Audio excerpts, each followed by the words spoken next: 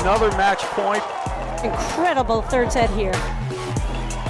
They changed their strategy a little bit and they fought their way back in.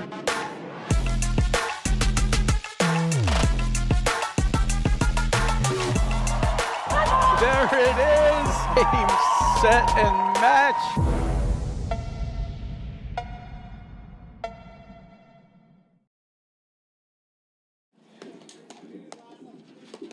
Hello and welcome to the 2024-2025 APTA Tour. We are live from the Meridian Hills Country Club, bringing you the Indianapolis Open with live streaming brought to you by the APTA membership and our tour presenting sponsors, Volley and Corient.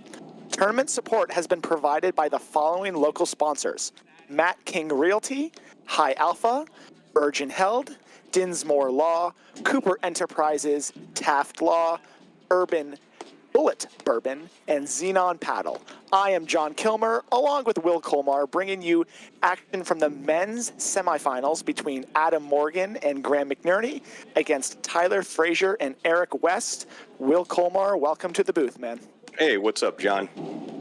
Oh, you get a. Oh, okay. I thought they didn't have a graphic for me for a second. Hey, everybody. Hope you're doing well.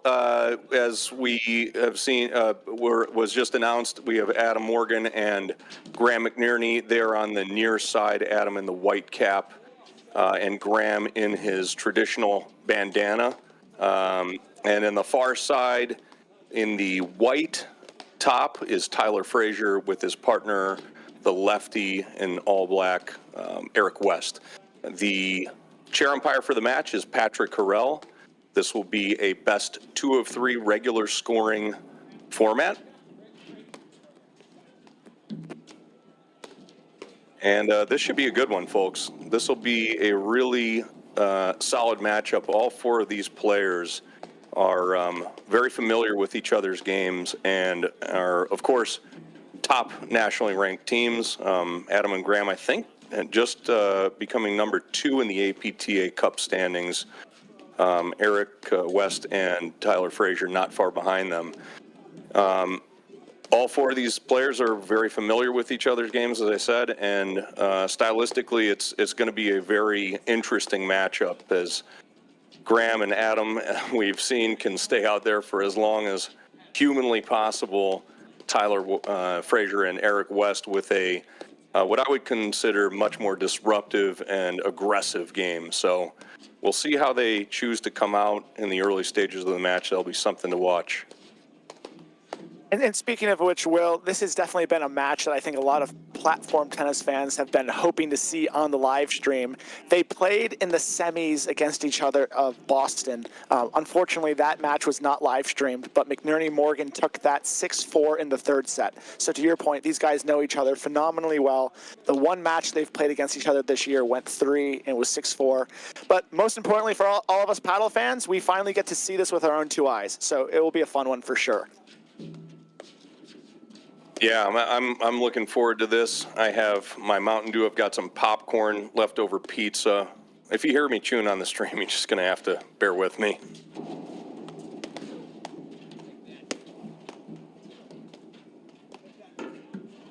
Also, another interesting thing of note with this one is, of course, Tyler and Adam are former partners. They know each other's both physical and mental game very well. That's another thing that's always interesting, especially when you've achieved really high level of success together and you know what the other one is willing to do to take their opponents to the limit. So that always interesting when you have former partnerships, recent partnerships that have done very well. I think Adam and Tyler got to the semis of nationals maybe twice. Yeah, and then they were just, in every tournament they played, always a seeded team making incredible runs. And to that point, I think that's one of the things that makes this team of Fraser West so interesting, is that, to your point, Will, Fraser and Morgan played together for years.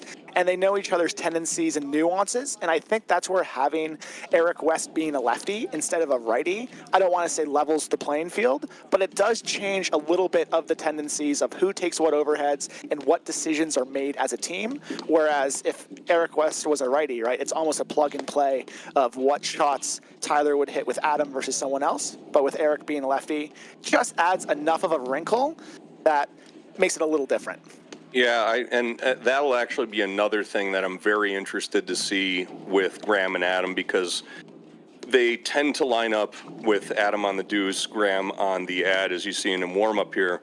But I could kind of see them maybe switching this depending on how the game script goes from Tyler and Eric at the net. It will be very interesting to see. Now, also, Graham and Adam have been doing some, I don't know, kind of odd things at the net at times where you would think Graham having the very aggressive cut overheads would be leading the charge with the offense. But I have seen quite a bit of them switching that. And, of course, Graham is also incredibly adept at cutting off a lot of balls. So you'll have Adam kind of controlling the flow of play with his underheads, as I would call them, and rollers, and Graham kind of oscillating at the net. It'd be really interesting. There's a lot of dynamics at play here. There are, and like to that point, something that I've noticed kind of through the evolution of McNerney's games this year is I had the opportunity to play with him on a fairly regular basis a few years ago in Pittsburgh, and the Graham McNerney of 2 years ago was heavily cutting just about every overhead that he could. And it seems like this year, he's kind of gone back to that waterfall that he used a lot, I would say 4 or 5 years ago. And he's really incorporating a third panel smash into a pretty regular basis. Now, it helps that he's, 6'5" and has a wingspan of a 6'7" man. But it's almost as if he's using that spin a little bit less, because now, whether it's the quarterfinals, semifinals, or round of 32 of these APTA tournaments, like, the level has gotten so high that everyone has it, and it almost feels like the differentiator now for him is almost less spin and creating those new looks and angles. Yeah, no, I had that same thought occur to me. I was wondering why he was doing that, and I have to believe it's a little bit of, it's a little conditional, and then it's a little bit, I think the ball in the last year or two is playing a lot softer, and it's harder to kill shots with a soft ball. Like the ball just kind of wants to check off the surface a little bit more, and it doesn't have quite as much spin going into screens, stuff like that. So it diminishes a little bit of the incentive to cut all the time. And yeah, of course, as players are evolving, getting better at handling all that stuff. As you can see, like Regalado and Salazar it's almost impossible to kill the point against them. So right. Your risk profile for the shots has to be adjusted a little bit. And I almost think it's becoming energy conservation, something that I thought was cool about after, I think a few weeks ago, McNerney Morgan played a 4.5-hour match against Regalado Salazar. And Graham then posted on Instagram kind of the stats that he had from that match on his Whoop that kind of measures heart rate and kind of zones. Yes, I saw Graham's that. Graham's a cooler guy than I am, because I live in zone 4 and 5 when I play paddle, which maybe says a little bit more about me. But Graham lived in zone 2 for 4.5 hours, which I don't think you could do if you're hitting all those as cut overheads. So I also think it's just energy conservation and still having effective shots that you can deploy for 4.5 hours. Oh man, I'm watching Tyler right now, and he's hitting this hard ball right to the nick. He does this on his serves at times, and I'm just curious if he's going to actually break it out. He has in certain matches. This one would be hard for me to justify if I were him, but I've seen him do it a few times, and when he's hitting it well, it's very hard to deal with. Oh, I'm also curious how Graham and Adam are going to choose to kind of address coming in behind their serves. I just want this match to start. Let's go, boys. It's right. Now that McNerney's practicing a two-handed chop forehand, I think that means warm-ups are done and time to get started.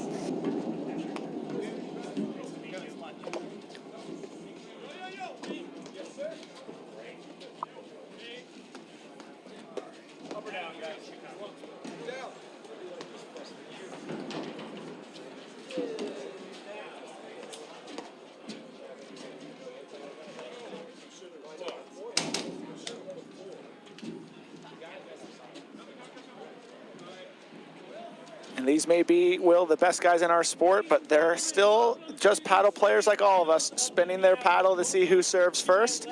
Looks like McNerney Morgan won the spin, elected to receive, and we are going to have Eric West to serve to start out the men's semifinal action here at the Indianapolis Open on our final stop of the APTA Tour before we make that move over to Philadelphia for Nationals in March. I will make football calls and reaching over the net calls. So good luck. Have a good match. Announcer, the chair umpire just saying he will be calling foot faults and reaching over the net. The rest will be upon request.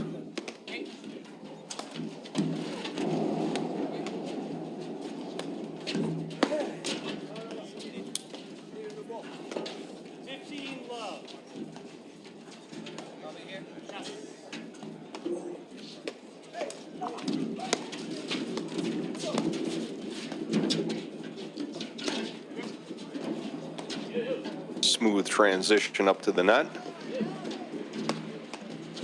Graham has been stepping up and hitting his forehand a little bit more. He did that in the semis and finals of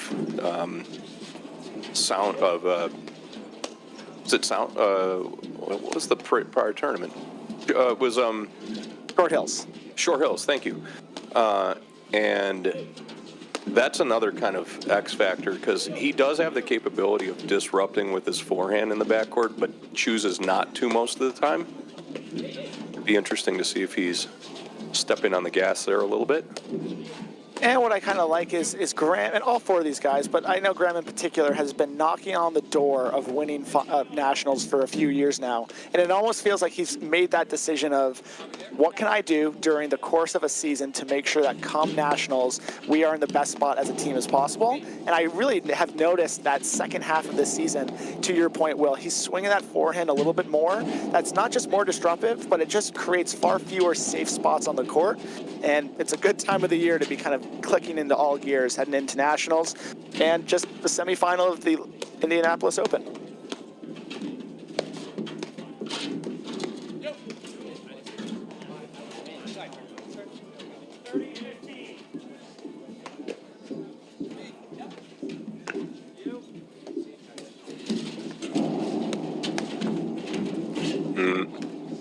Busted. And that's something that Tyler Fraser does such a great job of, is just how well he prowls at the net behind his backhand. It feels like he's everywhere, but very rarely will you see him flip to that forehand. He does such a phenomenal job about kind of guessing, staying real close to the net and behind that backhand. Awesome volley.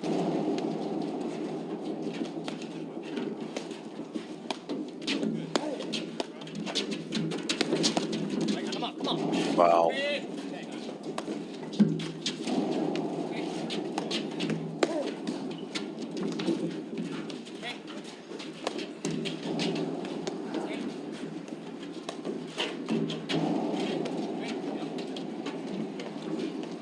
I've seen West and Fraser setting up to go a little bit more towards Adam at the beginning of this match. I think one of the bailout zones is a little bit more into Morgan's backhand with that lefty cut that's going to drive it towards that deuce side screen and cut across his body. Hard to set up and drive that ball, so probably most of that, I think, at the beginning is going to be Fraser kind of droning around the net and West hitting forms of cuts into that side. And something that, has stuck out to viewers, Will, for a long time is just how prolific Adam Morgan's drive is on both the forehand and the backhand. As someone who knows him, which one does he trust more, right? If it's a deuce point, 5-all in the third set, does he trust that forehand or that backhand more? It's unquestionably the forehand. If you played with him, you can kind of see how he tries to set it up. His backhand is good. It doesn't have quite the same penetration as the forehand. They are kind of similar technically, but yeah, his forehand is much more preferred, especially as the pressure points kind of build.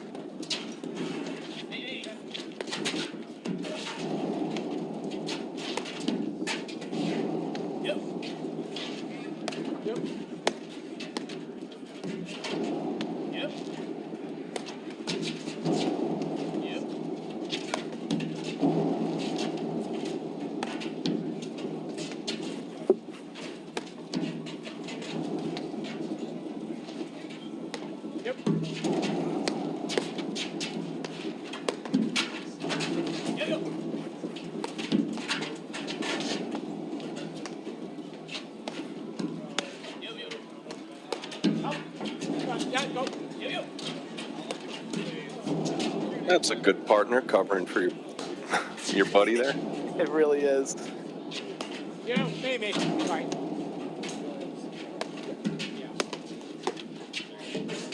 I do like Tyler Fraser stepping up and prodding around at some of those forehands early, just keeping McNerney Morgan a little bit honest with their court positioning. Oh, looked like a little let court there. And to that point, that's something that I feel like has changed on a tournament-to-tournament basis, is what type of forehand Tyler Fraser is looking to hit at some of these tournaments. I've seen some tournaments this year where he has a very traditional topspin forehand that he looks to attack early, and others, like we're kind of seeing today, and to your point, just kind of stepping inside the court, keeping that backswing short and probing a little bit to keep them honest. Because his backhand, as we know, is his preferred weapon of choice, but just doing enough with that forehand to keep teams honest is going to be important.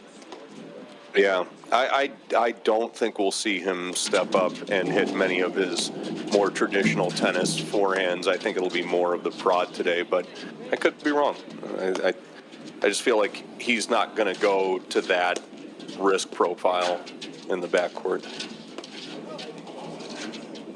That ball is squealing.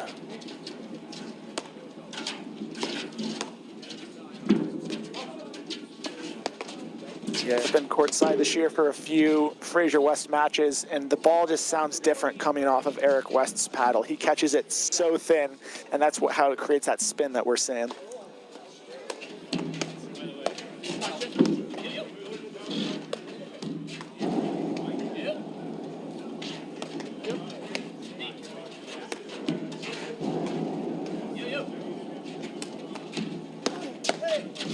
There was one. Yeah. There was one. Right, so who knows? Right now he's towing the line between probing and more traditional.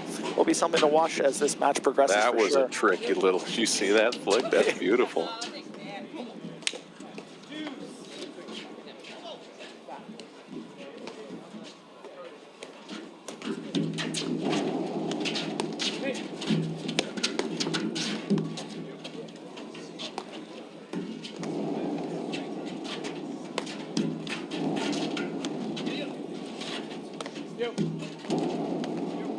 And it's a phrase, Will, that I'm sure we as coaches say a lot when you're, helping people figure out how do you volley shots that come at you with such pace. That phrase, absorb the pace, is said a lot. It's something that Adam Morgan does a phenomenal job of, and you can see that sometimes when these balls are hit so hard that he is almost physically moving backwards after the shot to absorb some of that pace. It's just phenomenal volley work there. Yeah, both of these guys, all four of them really, when that ball's coming in hot, have zero momentum forward. So great technique all around here.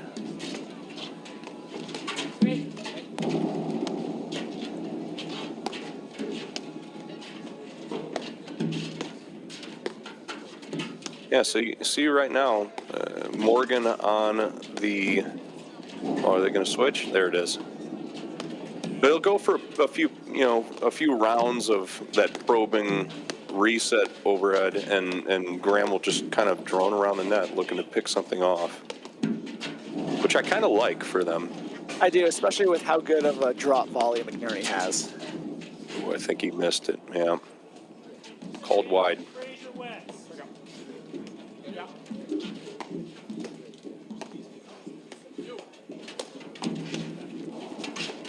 Here you go.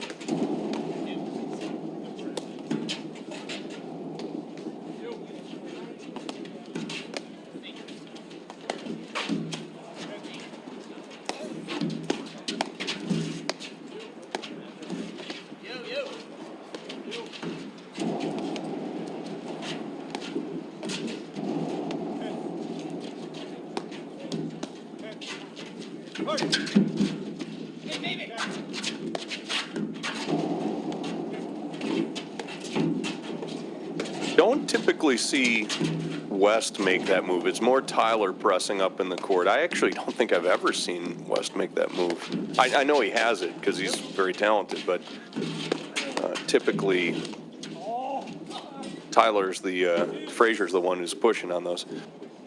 Correct, and a lot of that has to do with court positioning. As we kind of watch here, Tyler really likes to kind of hover around, to your point, inside the baseline, which kind of makes those moves forward and backwards pretty organic, where Eric on that one looked like he went from 0 to 100 in terms of a full-on sprint to get up there to the net. And I think Eric West also likes to space out, and he's got those kind of big, heavy, booming drives. Need a little bit more space and time to set those up.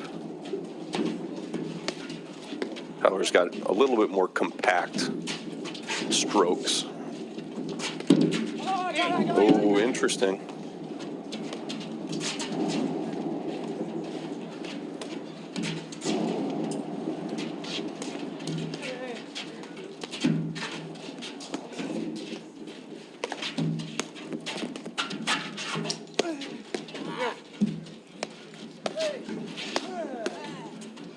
And I'm about to shamelessly steal a Mike Raleigh phrase. It's, how do you stop a bully? You punch him in the mouth once in a while.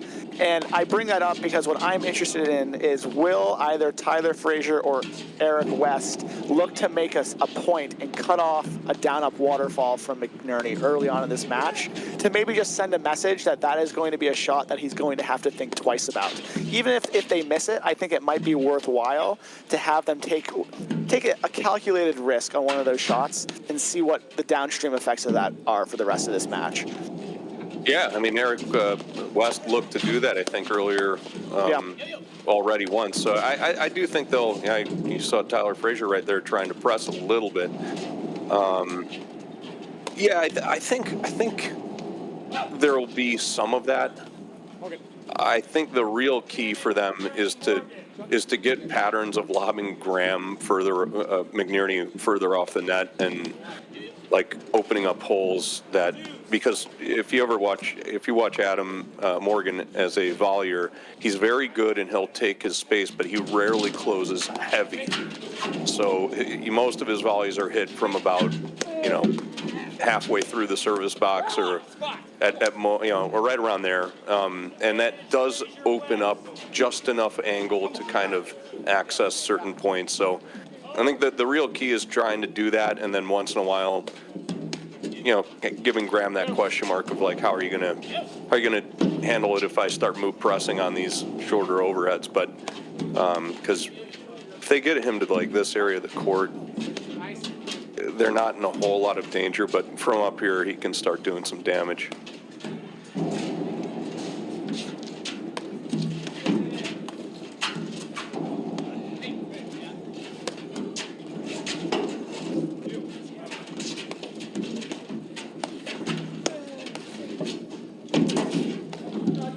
Wow, two phenomenal digs at this point alone from Tyler Fraser over there. Oh, that stayed, wow. Game Fraser West, they lead the first set 2-0. And I like to mention those digs because so often in a moment like that, we're going to remember Eric West's forehand there that got them to the 2-love lead here in the first set of the semifinal in Indianapolis. But what allowed him to even have the opportunity for that offensive opportunity was two phenomenal, stellar defensive digs in the corner from Tyler Fraser. And it's something that I just love highlighting to all the club players watching, is that you can have great drives all day long. What pays the bills in this sport is your defense and your ability to dig the ball. Great job there from Tyler Fraser. He's just so wicked fast. Uh-oh. 15-love. You won't see many of those out of Adam. He's gotten very good at handling lefty spin out of the deuce side. But that one just pulled a little bit too far off his paddle. Will not happen again.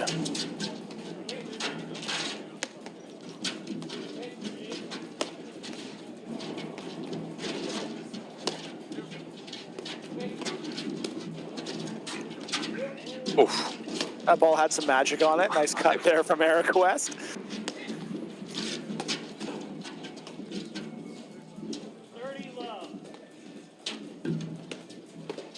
A little bit of a looser start for McNerney Morgan than I've seen in their recent matches. So I do know that they probably want to send a little bit of a message here too, but I would totally anticipate this slowing down from their end probably very soon here.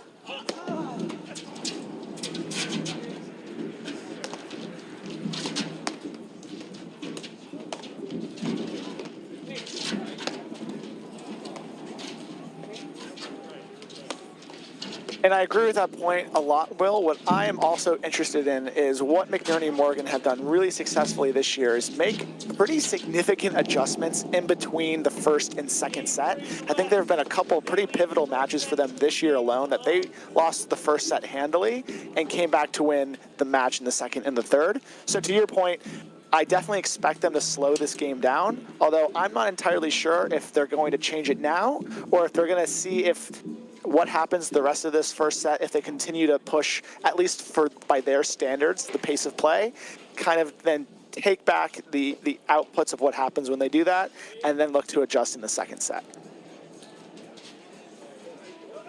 Yeah, it's a valid point. I mean, some of this stuff has been execution errors on their end, and that you can kind of clean up. But strategically, they're also taking a lot more. They're taking a lot more risk than I typically see them. Now they're having a little discussion about.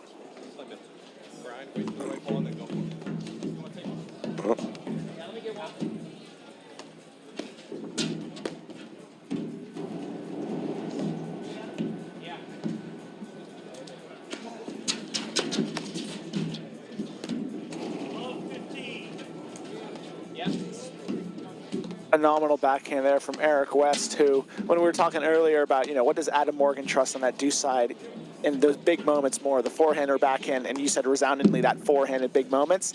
Eric West has a phenomenal forehand, but when it comes to crunch time, what does he trust more? I would say both Fraser and West trust their backhand a little bit more.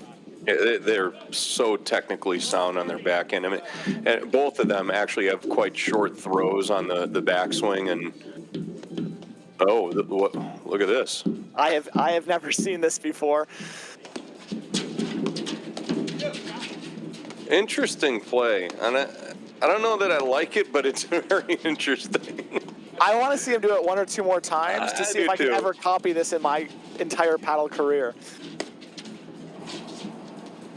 You just know, though, Tyler Fraser was driving home from the office one day and was like, I have an idea here off of Eric's backhand.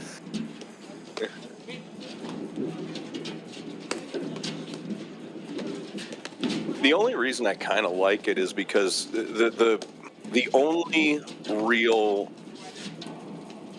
I would say, kink in the underhand serve is that it is blitzable because the player kind of just has a little more control over it, and if you find the right pockets and pressure right away, it can become a problem. So I do like the idea, but the precise execution is going to be that's a very aggressive stance. That's a very aggressive stance, and to your point, I think the only opportunity that you'll ever have to even give that a shot is if you're playing someone who does not have an attacking serve in their box of tricks.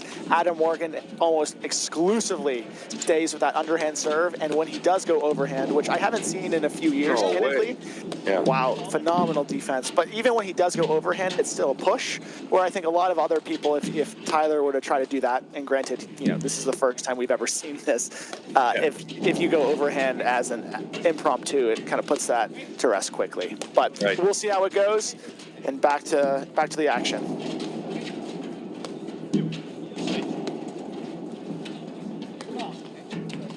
Oh, we see a switch in the backcourt now, which I was wondering if they would get to this point. I think this is the right play, actually, having seen the flow of play already.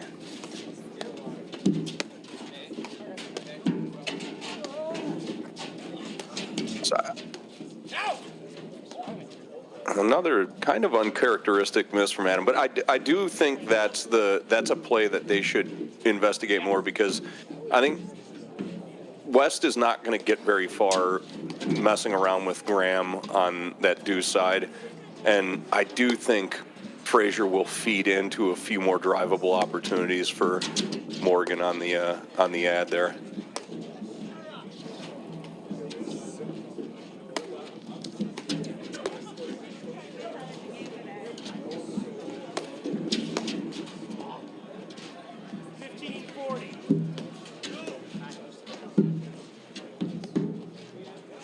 Oh, he's doing it again. Yeah. I wonder if Graham is going to poach this. Yeah, there it is. No, didn't get over in time.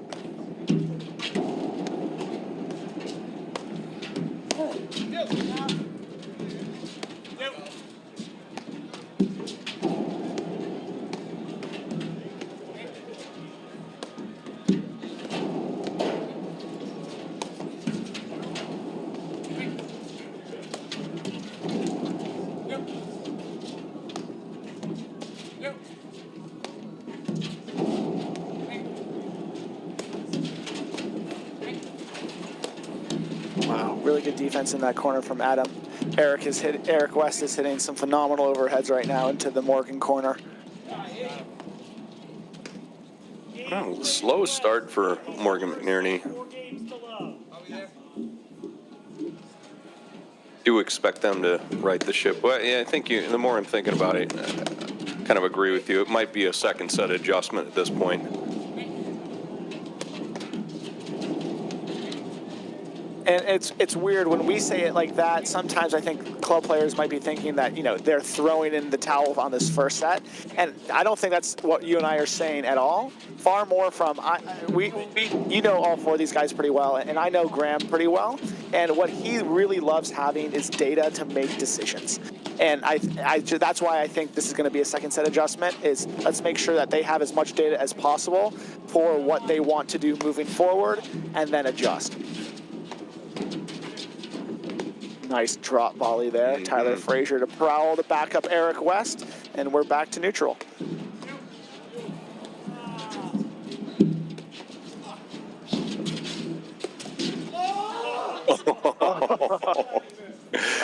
That would have been a fun one. We would have heard a "let's go" for sure out of Tyler Fraser had that worked.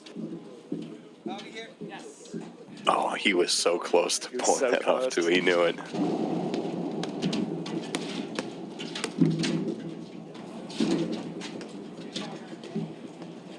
Love the 30.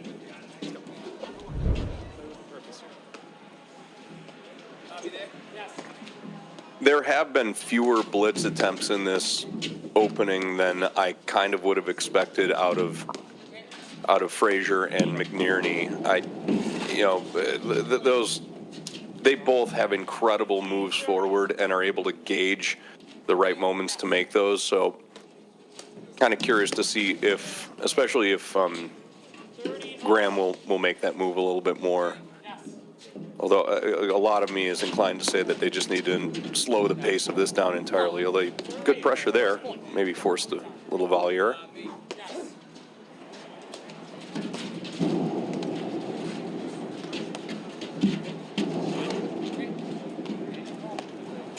And to your point, so many of the McNerney blitzes he likes to kind of do a little bit preemptively off of a Morgan drive.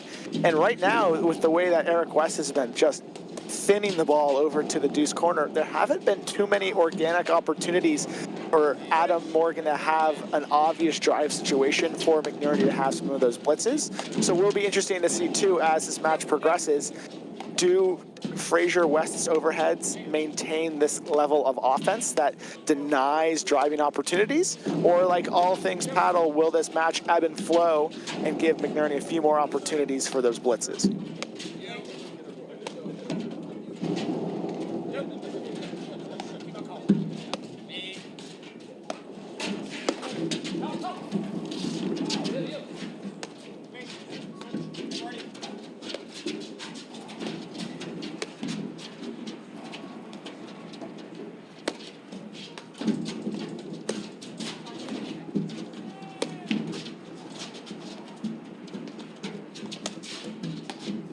Well, we've been talking about how McNerney's been having a little bit of energy conservation in the past on overheads. That was a nice little stretch of overheads, watching him turn those shoulders nice and early, get that rack paddle up, and then having incredible racket head acceleration for some really nice cut overheads.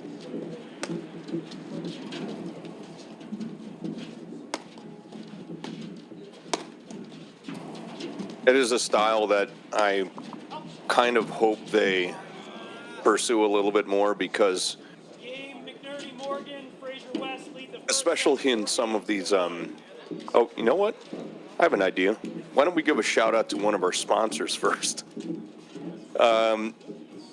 Did you know that Volley has thrown 5 million balls to players working on their game? Don't get left behind. Get your reps in with Volley. Whether it's day or night, you're in control of your training. Volley offers world-class training on demand, helping you sharpen your skills and level up your game whenever it fits your schedule. If you're ready to join the movement, start training smarter with Volley today. Volley machines are pretty darn cool. We're actually going to get one over at our club at North Shore Country Club. Very, very cool machine. And we're here at 4-1 Fraser West, 1 serving 4. Fraser West up in the first set. McNerney Morgan starting to right the ship a little bit here.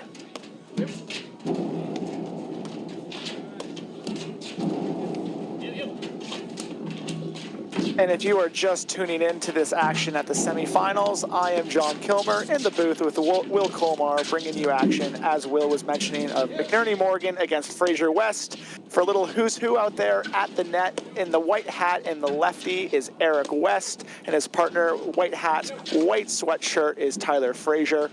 On the far side is, now on the deuce after that switch, making our life a little harder, is Graham McNerney, tall guy with the bandana, and Adam Morgan, blue shirt, white hat. And they have gone now several times to the switch in the backcourt, putting Morgan on the ad, kind of dealing with the barrage of Fraser's overheads rather than West's. I do think this opens up doors for Graham and Adam to start giving them different looks in the backcourt. I also think it's better for them because it peels Tyler Fraser off the net. And even though Eric West can volley that style, I think Fraser's the best of the 4 at volleying right on top of the net. I say that, and then I think maybe it's Graham. I don't know. I know that they're both problems, and you don't want them there.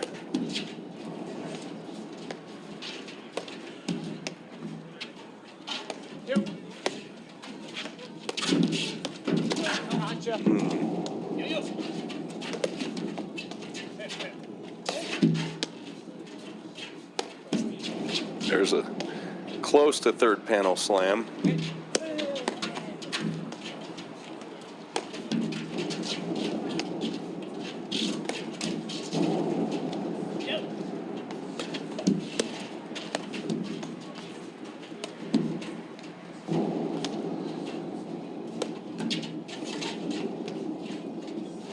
I don't know if it's intentional or not, but I've noticed the way that McNerney likes to jump for these overheads is he's always at his apex of height-wise when he's hitting that ball. He almost looks like a Super Smash character, leaping high, timing that exactly right to be at his apex, and then hitting the ball. All right, a little bit more of a grinding point there. Proves to be fruitful for McNerney Morgan.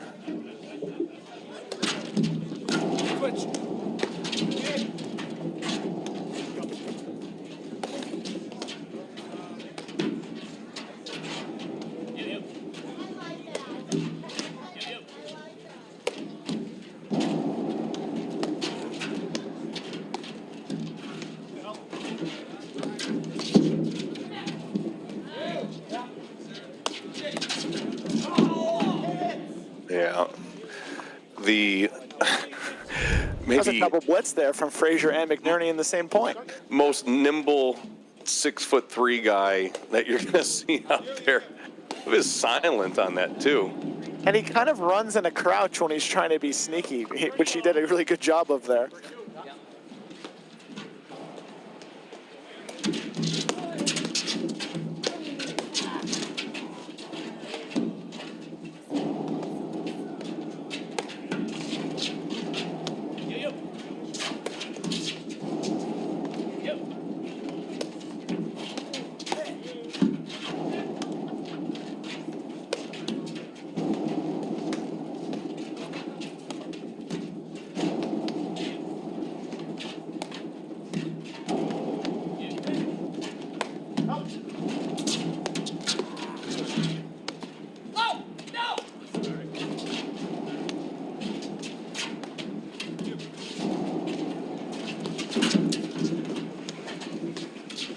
What a great half hop. Not only just to make it, but then to totally change the tenor of the point and keeping that volley 2 feet from the baseline. Phenomenal shot there.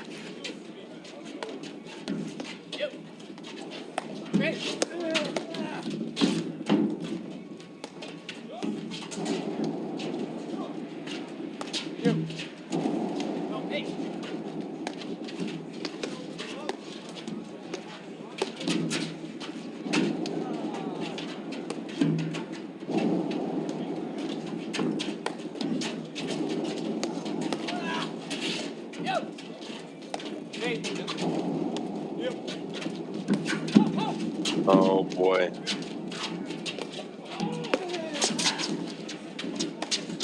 Incredible hands moving up there from Fraser. Adam had him dead to rights. Almost looked like that was a little tip that Tyler Fraser learned from his pickleball playing of keeping those hands low when you're moving forward, allowed him to just reflexively volley that back. What a phenomenal point this has been so far.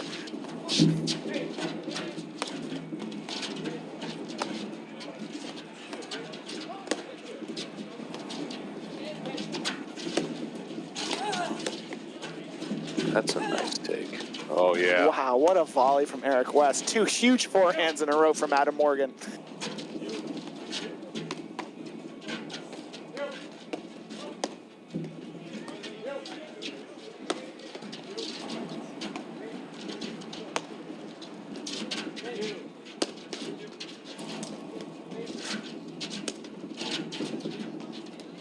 Curious to see if they switch here. It looked like they were about to. I think he's looking for an opportunity. No, too good.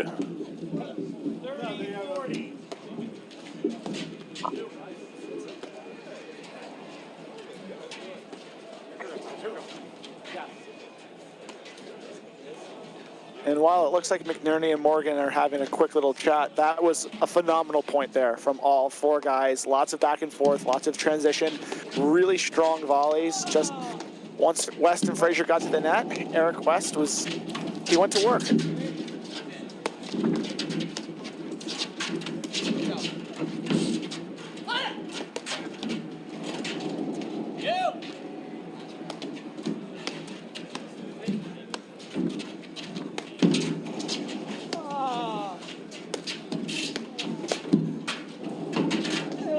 John, how do you feel when your partner tells you not to hit an overhead and you do it anyway? Or vice versa. How do you feel when you tell your partner not to hit an overhead and he does it anyway? So I'll answer that question in a couple parts. I have played with guys before when I was the younger guy, and if I ever did something that they did not want me to do, things did not go well for me the rest of the match. So then I have learned I better be 100% sure if I'm going to say something. So now that my partners know that, if I say something and they still hit it, I will say for about 1 shot, I harbor a little bit of resentment, but there's nothing you can do about it at that point. Get back to the net, see if you can make the volley and make up for it. We got a ball change every 6 games, right? Yes, it looks like sometimes we've been doing 5 or we've been doing 7. I guess right now they're splitting the difference here with 6. Yeah. Yeah, right. I'm more used to 7, I think. Maybe it's just whenever it's toast. Or wait, maybe we don't. I know sometimes they're saying that the warm-up counts as a game. So that could be it right now. Right. Between you and I, Will, we are giving the viewers every possible option as to why they're changing the ball right now. I always find it hard to be the server when this happens, especially if it's colder and it takes a game or so for that ball to really acclimate. But we'll say it usually doesn't affect these guys that much. It's just nice to return.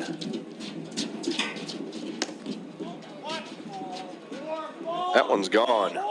That was on a brand new ball, too. And those ain't cheap. They are not. Well, Eric West just walked off the court in search of a new ball.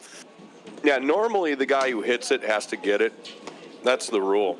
Yeah, it looked though that it went onto a snowy tennis court, so instead of getting the ball, he just went into the hut to get a fresh one.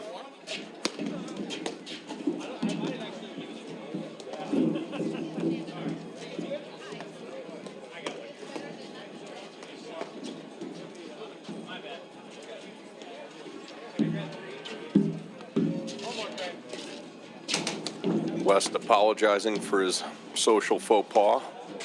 Right. And in case you're wondering what is the difference between Wimbledon tennis and platform tennis, I think the last 30 seconds just highlighted the major difference there. Oh, here we go. Oh, I thought he was going to. Sometimes when that ball bounces and you catch it on the way up, you can really turbocharge the spin. Tyler was licking his chops there. I like that. I normally call that double spin, but turbocharging the spin is way cooler. No. What a get.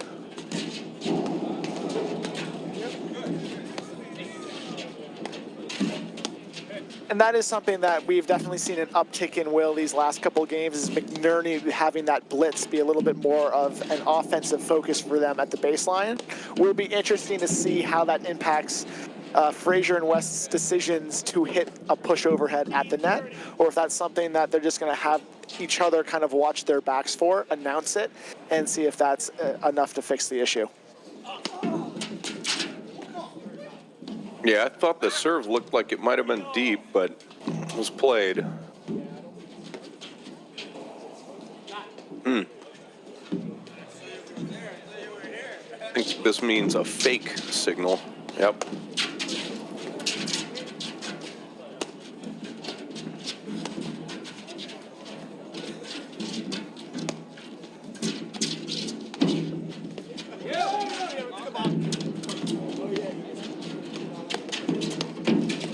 Like the commentary there from Eric West in real time. That's a good lob. He had that forehand lined up, but just clipped the net tape and went long, giving McNerney a 40-30 lead in this game, with Fraser West leading the first set of the semifinals here at the Indianapolis Open, up 5-1.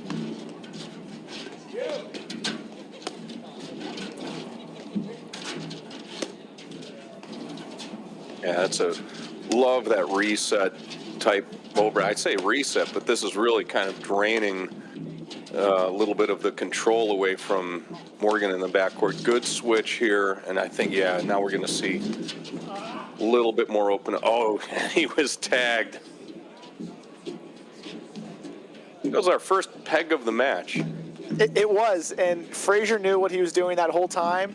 He played it really coy with his body language, looked very nonchalant, but got McNerney in the thigh. Should have a little poach play going here. One back. Yep. Okay.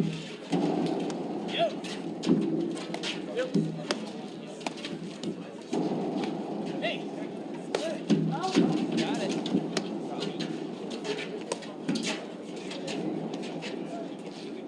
And for our viewers at home, if any of your pros have taught you about signals at the net, you can watch West giving Fraser a signal each point. You can see closed hand means he's staying.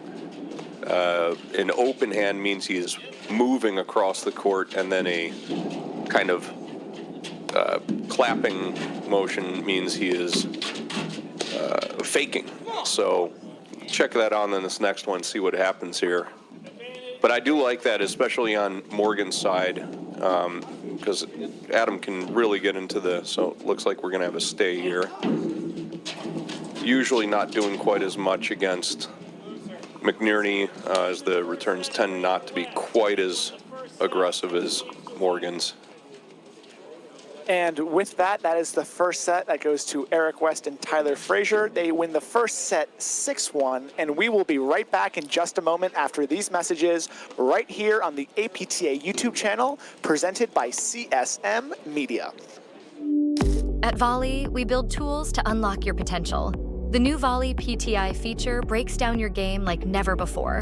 Ever wondered, which partner has impacted my PTI the most? What's our win percentage as the favorite or underdog? Do I perform differently in 2 or 3 set matches? Now, it's all at your fingertips. The PTI tool is free to everyone. Download the Volley app today and level up your game. We'll see you on the court.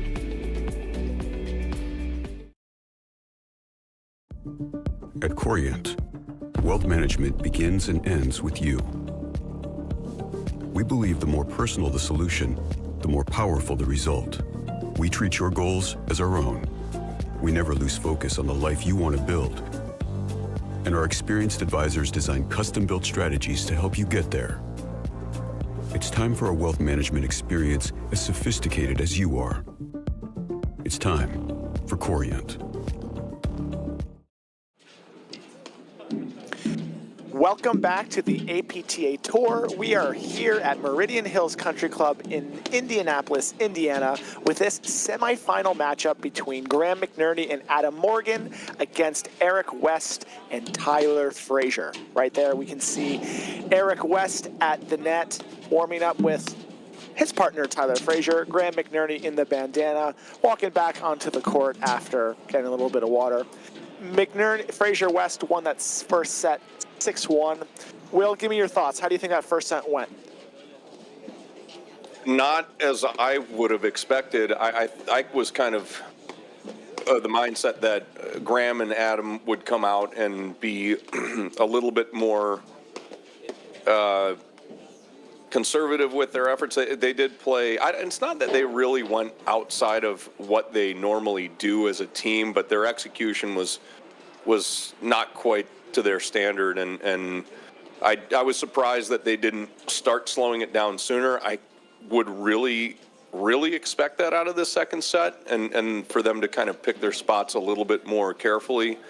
But that's always a little bit of a risk as well, because right now Fraser and West have not really given them much, and they've been pretty aggressive. So I don't know exactly how I know how I would handle that. I would lose and then go get some beer, but I don't know how they're gonna kind of address that. I again would expect this to kind of slow down a little bit, but the pressure that West and Fraser have been putting on them has been pretty immense. So we'll see.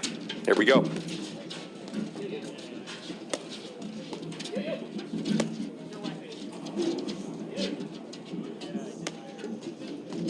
And I agree. There's part of me that thinks that Morgan and McNerney are going to slow this second set down, but we have seen that West and Fraser have had such a plethora of options for how they've been able to keep this first set at a certain speed, where it's not as if, just one shot from West or one shot from Fraser has been what's really been hurting McNerney and Morgan. It has been the sum total of all the parts. So I'm not quite sure how they are going to go about slowing this down with all the different blitzes that we've been seeing there from West and Fraser, but I agree with you that something has to change for McNerney and Morgan in this second set. 15 love.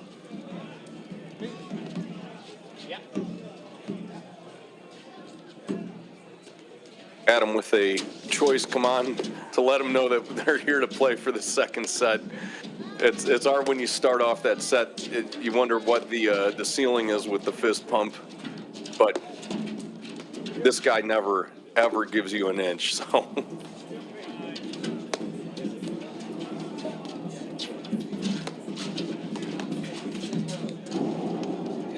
And not only, to your point, Will, is that maybe just to let Eric and Tyler know that he is here to play. Sometimes that's also just to your partner, helping raise the level of intensity on the court and just see if they can get that second set off to a faster start. Great slash there from West to kill that one.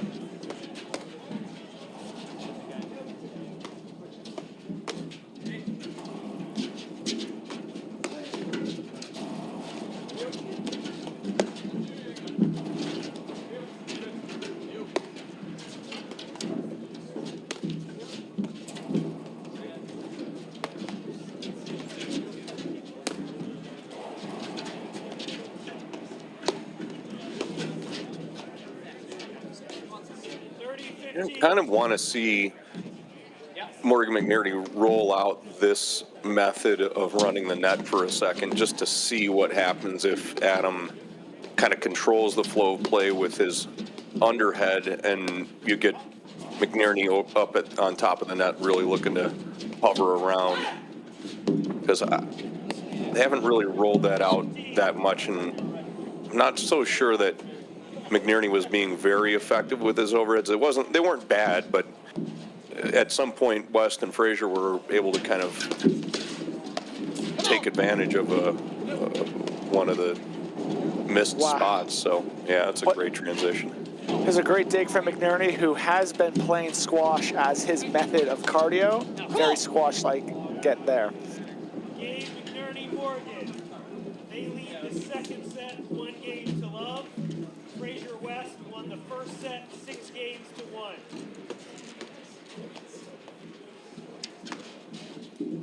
A little bit of a looser game there from Fraser West. This usually happens after you win a first set pretty easily. It is so easy to give back a little bit.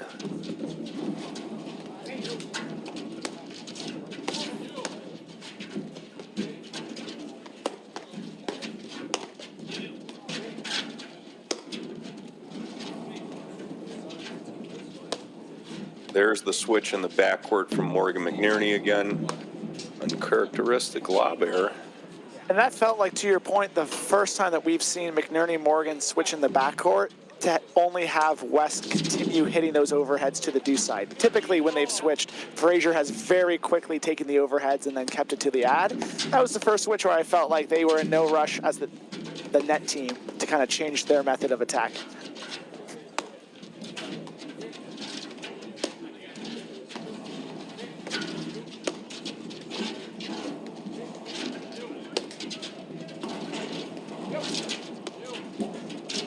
You kind of can see there, Will, at the net when West is hitting those cut overheads. He likes to do it from more of an open stance, where Tyler Fraser likes to hit those cuts more from a closed stance. Do you have a preference or any sort of thoughts on which ones you prefer in what kind of situations? Well, look, Eric West can, and all of these guys really, can generate enough power without all sources. It is really nice if you can transition your body or transfer your weight in, rather. And that usually requires going to more of a closed stance to push off your rear foot onto your front. But they don't always need that. And sometimes when you're setting up in a condensed window of time, you're just kind of trying to get your base underneath you, and you focus more on the arm, wrist, and hip and shoulder rotation rather than driving the feet through and balance as well. So it's kind of just all out of necessity for these guys. That is a really nice drive.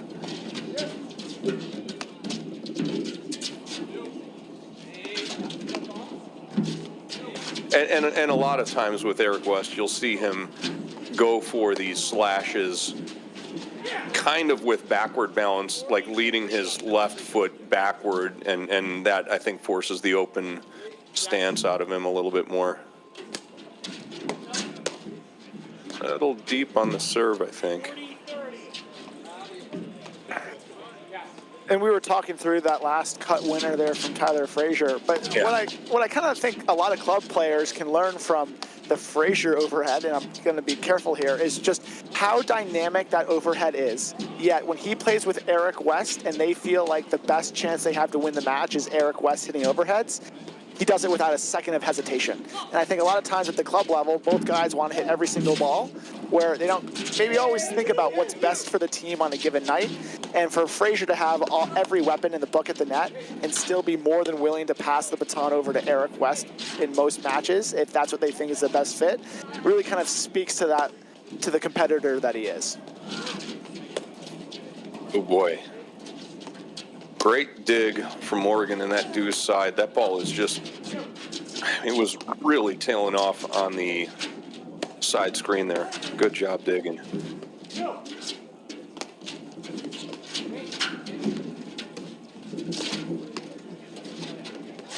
Yeah, interestingly enough, Morgan McNerney have now taken their time switching and not really gone to it in the back side. Really trying to figure out what maybe they're just going on straight variation and trying to give as little rhythm to certain patterns to Fraser and West as possible, but I did like them operating out of the other position a little bit better. I think this one, I think they poked the bear, so to speak, enough with West on this pattern where I'm not seeing quite enough production out of the lobs to control the point, although there's a really nice one. There it is. That was loud and proud. And to your point earlier, Will, when we were kind of talking about what happens when you tell your partner to hit or not hit and they don't, it almost looks like Eric West maybe forced that backhand because he wanted Tyler Fraser to hit that overhead at the net. Tyler wasn't sure, he let it bounce, which was totally fine. He just threw up a lob and they moved to the baseline. But it looked like Eric West kind of pulled the trigger a little quick there. Well-measured drive from Morgan off that roller. Oof, that is tough to do.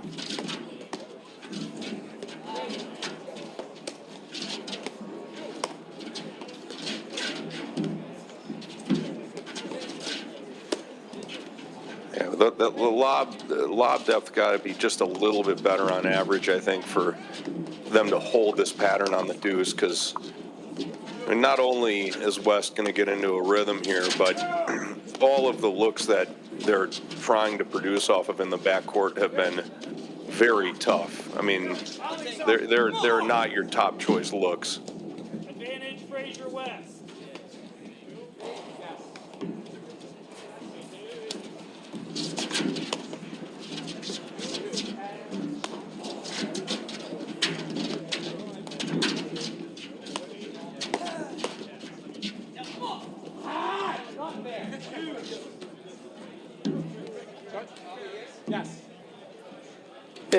It definitely feels like, Will, Adam Morgan has stepped up his level 2-3 notches here in the second set. I almost wouldn't be surprised to start seeing Tyler Fraser start taking more of those overheads to kind of change that pattern over to the ad side. Not necessarily expecting McNerney, right, to cough up any errors, but almost to just give Adam Morgan a little bit of time to not be seeing every single ball and hope that he cools off a bit, because right now he has been doing all the damage for them at the baseline. Yeah, he definitely has gotten his rhythm on more of these shots in the last game. I don't know that I'm going away from the strategy if I'm West and Fraser yet. I kind of want to test this out, because I just think there are a couple of these that get into that deuce side that are so.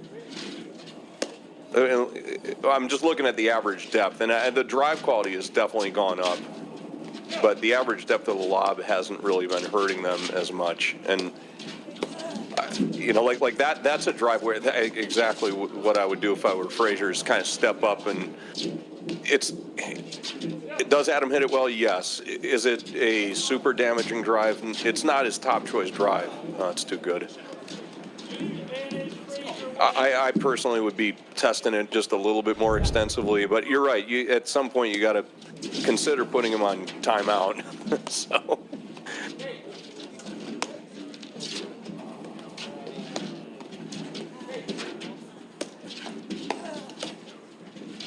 That was a good one. Yeah, that one that gets up a little bit higher is better, but that like, he hits that so well. It's just a hard ball. Uh-oh. Yep, deep. The simultaneous point to right, the chair. That double point. Sign of a good team.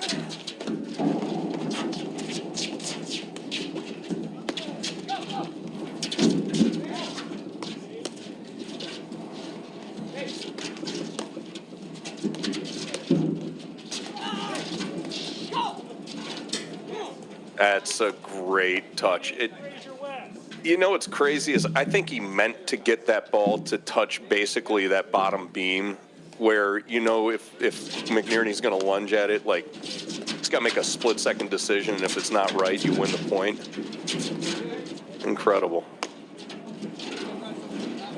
And you could hear through the muffled audio, you could definitely hear a Morgan shouting at McNerney, "Go!" because he knew that was going to be trouble as soon as it left Fraser's paddle.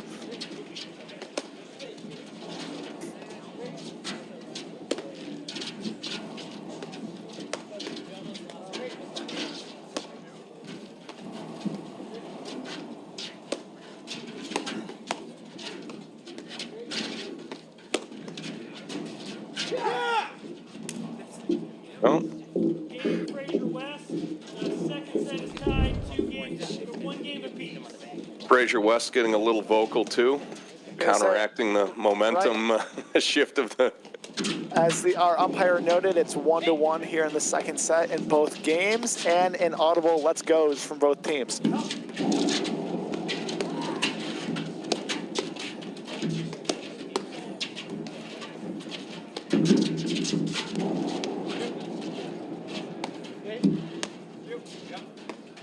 And as you were talking about in that first game of the set, we'll definitely see more Morgan overheads right now, having McNerney probe around at the net, see if that both changes dynamics and effectiveness. And it seems to be, at least at the beginning of this second set, a very intentional adjustment from those two.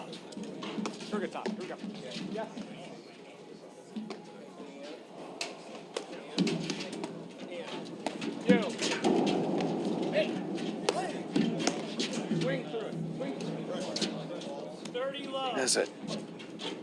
I think just needs to wait for a slightly better look. I mean, I shouldn't be really telling Eric West how to drive, but that was a very ambitious look there, and I don't know that you gain a whole lot on the average response. Does feel like there's been a little equilibrium hit here in this second set.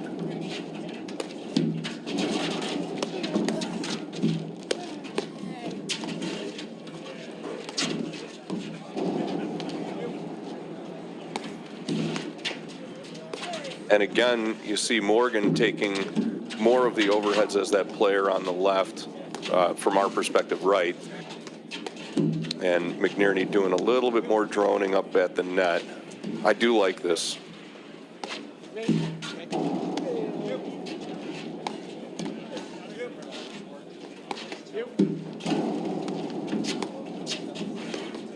Yeah, because the offensive balls that Fraser and West can produce from here are very minimized, although that was kind of another uncharacteristic volley error from McNerney. I don't think he never does that when I play him. Yeah, he doesn't do it when I play him either. Granted, most of my drives go into the net, so that could be a bigger issue. Right, yeah, and then when the ball doesn't get to him, right. that could be it too. So this is a really good lesson for me coming out of this match. He might miss if I make my shots.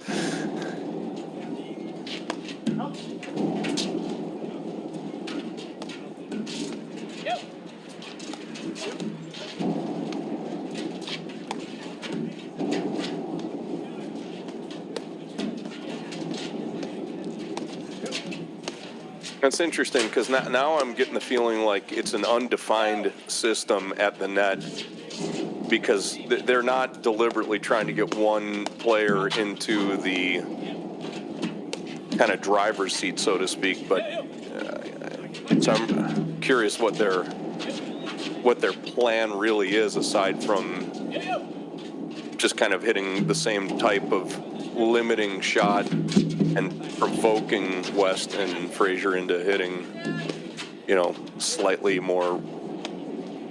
Ooh, was that good? Slightly more aggressive shots, yeah. But it has slowed. It has slowed. It almost looks like they don't know who's going to hit the overheads right now at the net. Yeah, I wonder if they're going to have a little chat after this point, because when I watch it, oh wow, that's a good move. Just trying to figure out what the goal is.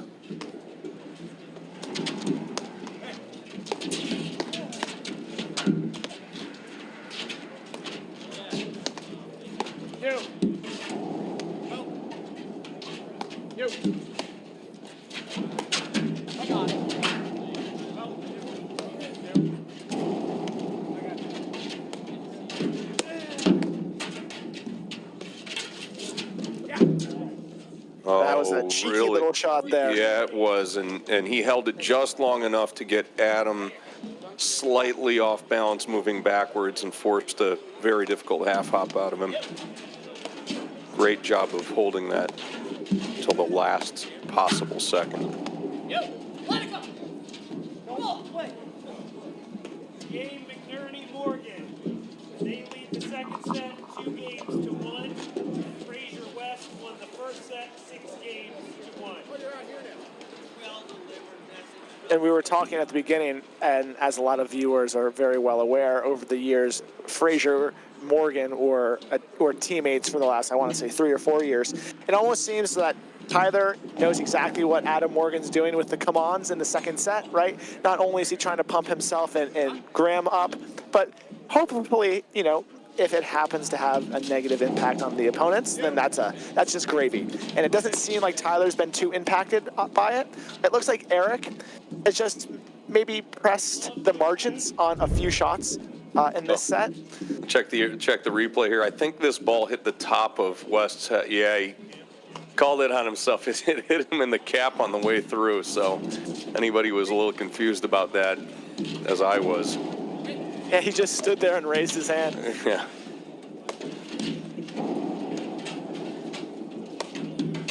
Here we go back on the deuce pattern here for a little bit.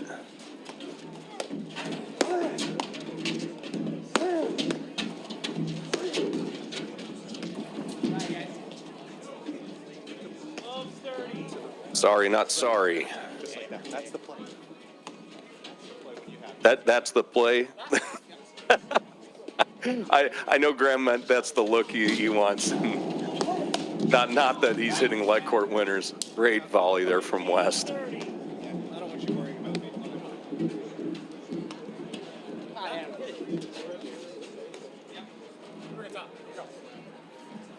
But from what we can kind of pick up from the mics on court, it definitely seems like McNerney wants Morgan to slide more to the middle, when possible, to just tattoo a forehand so that McNerney can have a little bit of a preemptive blitz in hopes of either getting a nice volley opportunity or causing just enough confusion by his movement that it makes the Morgan drive 10% more effective.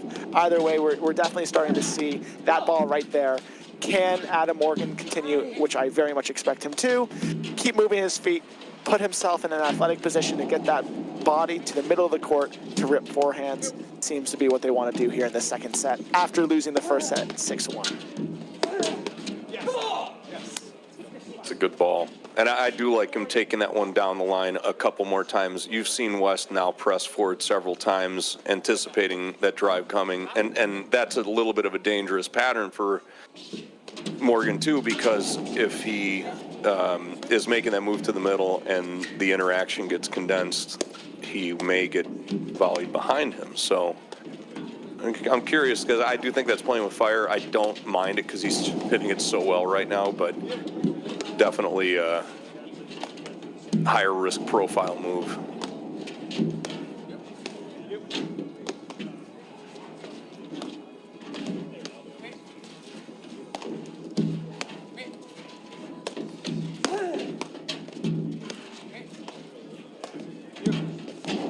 And especially because one of the other patterns, having played with Adam for a while, that he likes to use is back-to-back drives.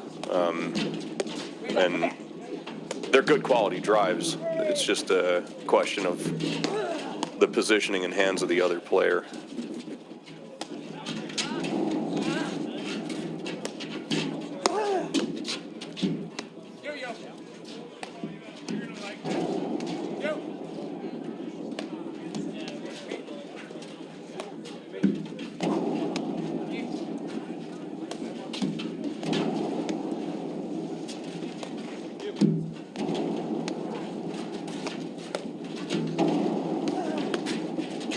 Wow, what a drive. Racking it very well.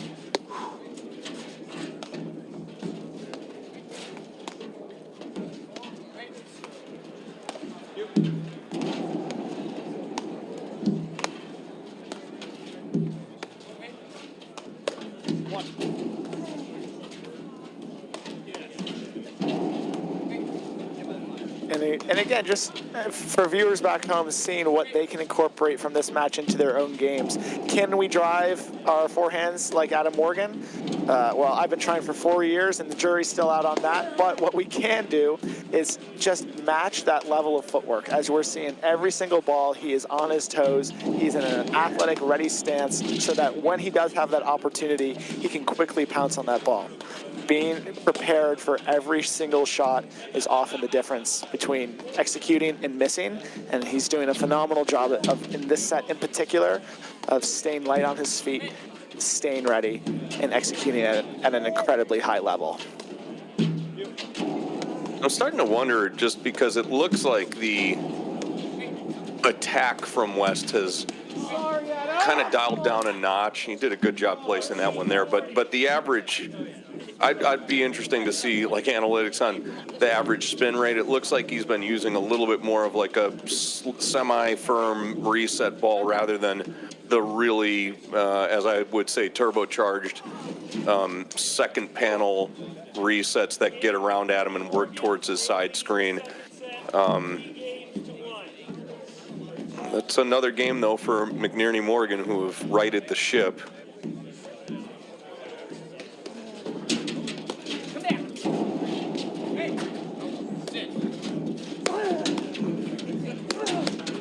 Yeah, there's the back-to-back, and that's the one that I feel like personally is playing with fire a little bit. I get why you do it, but West has just been kind of closing hard on those.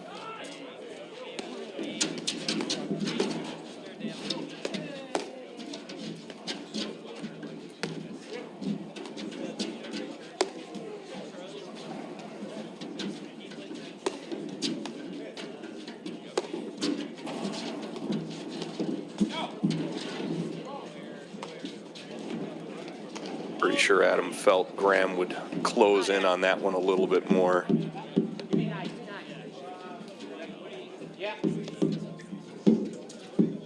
Oh, here we go again. What do they call that move in pickleball, like the Ernie or something? That is the Ernie, yes. Yeah, he's right. preemptively setting up for the Ernie. Yeah. Or the 7 members of the audience that play both pickleball and paddle, you are welcome for learning a new move.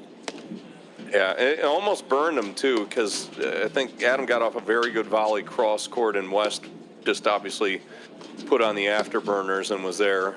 Made it look pretty easy, but really had to haul some serious behind to get there.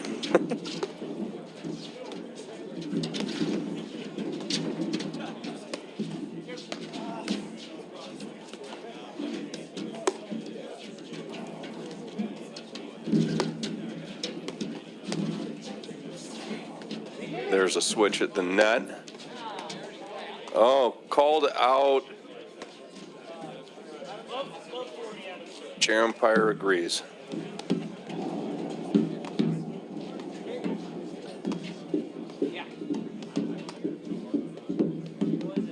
Nice little shot there of the audience that is continuing to kind of grow on that balcony as they are watching the top half of the draw battle it out at the semifinals of the Indianapolis Open here in Indianapolis, Indiana. This is 1 seed Adam Morgan and Graham McNerney facing off against 3 seed Eric West and Tyler Fraser.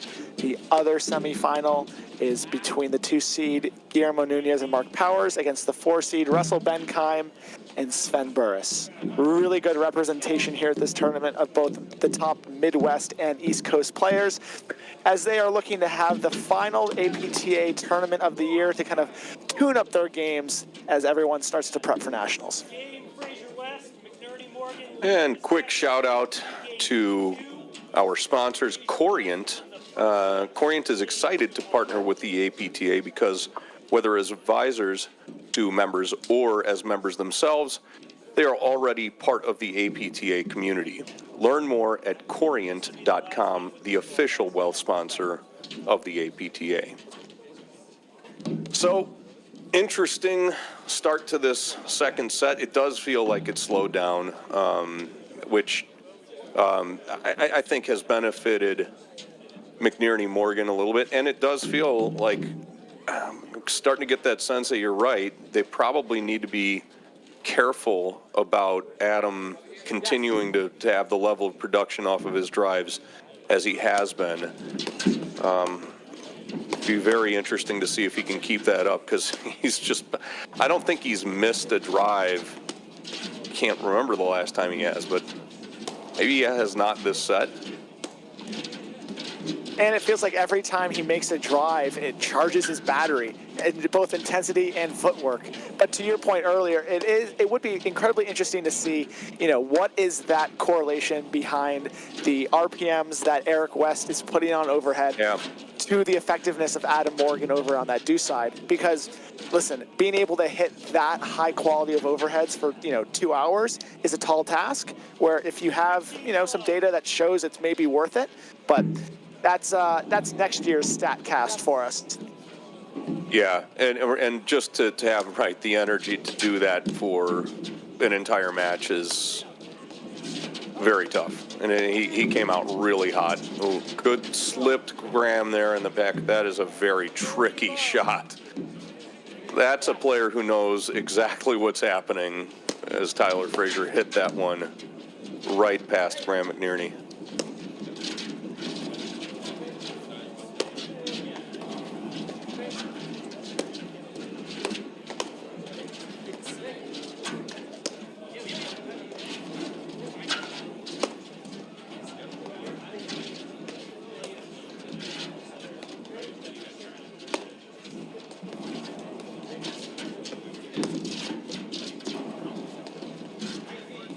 And another one that glues right in onto the side screen. You ever have those games where that ball's just stuck on the side screen and there's nothing you can do about it? You need a spatula to get it off. It really is one of the worst feelings when you are positionally there, you have your paddle there, and you are feeling it scrape the screen the entire way up, and you can't get enough of the ball to make it.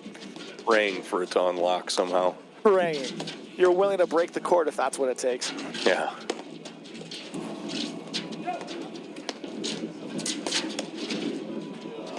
Oh my goodness.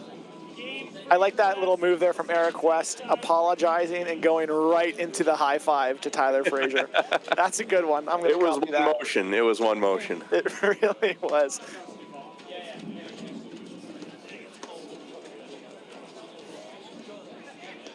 Well, after a very quick, or I guess long-fought 3-1 lead to start the set for McNerney Morgan, two pretty quick games there from Fraser West to bring us to 3-3 in the first set. In the second set, after Fraser West won the first set 6-1. Both these teams looking to book their ticket to the finals tomorrow.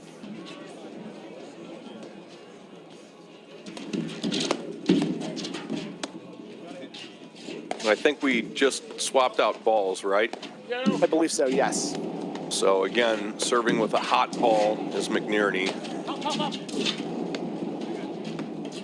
One's going to take about a game to get reacclimated.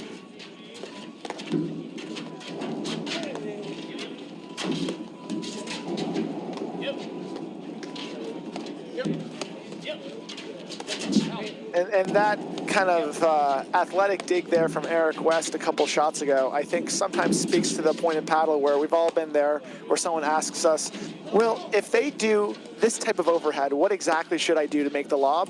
And sometimes the honest answer is get that paddle down, move your feet, and be willing to make a tough play. That's exactly what Eric West did.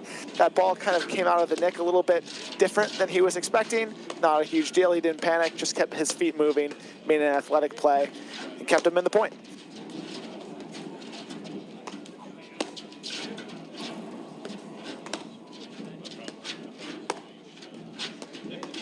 Yeah, and I still can't decide whether I'm just a little bit more desensitized to it or what, but it does look like West is just not, well, that one was a little bit more cut. But yeah, like his average resets to the deuce have been just a little bit more off pace. I do think Morgan's lob production has gotten marginally better and maybe affected the ability for them to, oh, that was a good look. Yeah, I agree. Like, I can't remember the last time that I've seen Eric West hit an attacking overhead to the deuce side that hit the side screen first. It feels like he's going a lot more to the middle or backside rather than side back, where I feel like him mixing between the two of those, like he was doing very, very liberally in the first set, was having a little bit more production for him.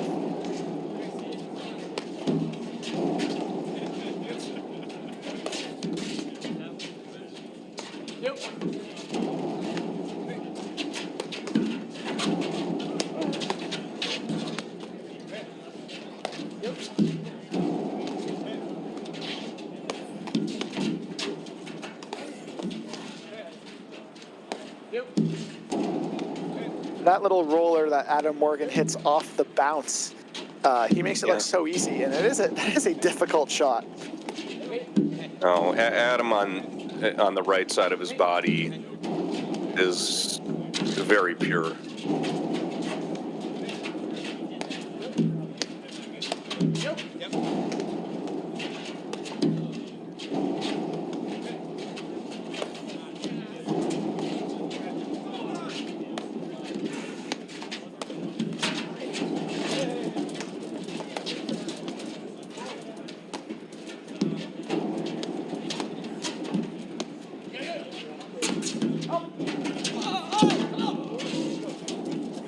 No.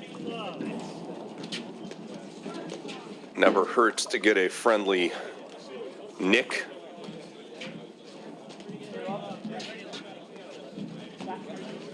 Looked like that one definitely caught Fraser by surprise, it almost felt like making a preemptive blitz, expecting West to drive it, only to have it nick out at a 45-degree angle, and just a tough ball for him to get.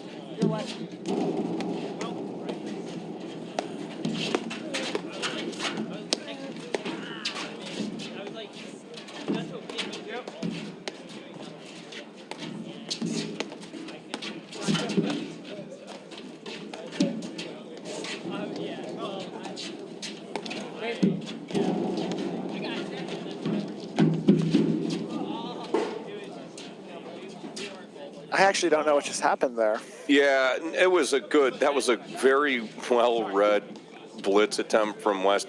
Adam Morgan was able to just thread the needle and keep that ball so low over the net line that even though West was basically point blank, he had no option to volley down.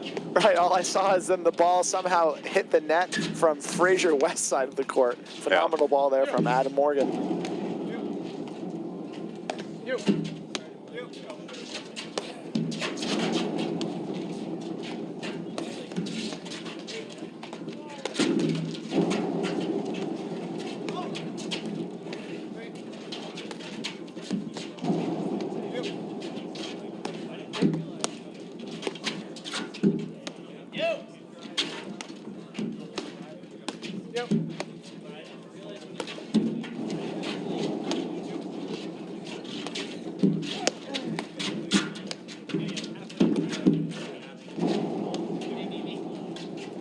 And watching this, I do think that the way I would set this up if I were McNerney Morgan is with Morgan hitting more of the overheads, or as I would still call them, underheads, and keep that ball low through the net and just kind of provoke West and Fraser into, creating a little bit more offense. I think the down-up stuff is kind of opening up too many pockets of the court for a team like this, at least the way that they're playing right now.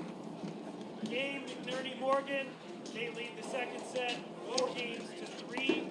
Fraser West won the first set, 6-1.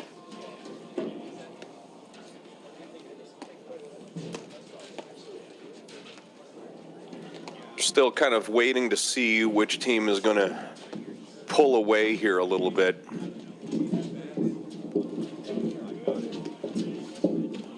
Patterns have been pretty well established, and we're seeing pretty good stability on both sides when the teams are able to take the net. I think it's been a little bit harder to produce out of the backcourt, but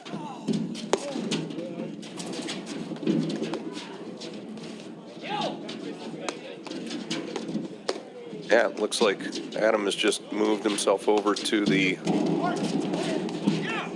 player on the left. Oh, that was a good look, too. It wasn't. I feel like that was the first drive from the baseline from Fraser West in a long time that's gotten through McNerney Morgan. I think you're right. Because while West and Fraser have been doing a phenomenal job at the net with both attacking overheads and hitting high-quality volleys, it definitely feels like right now Adam Morgan is the one of the four guys on this court who is having no problems at all getting offensive opportunity from the baseline, and hasn't quite been the same story for the other three in this set.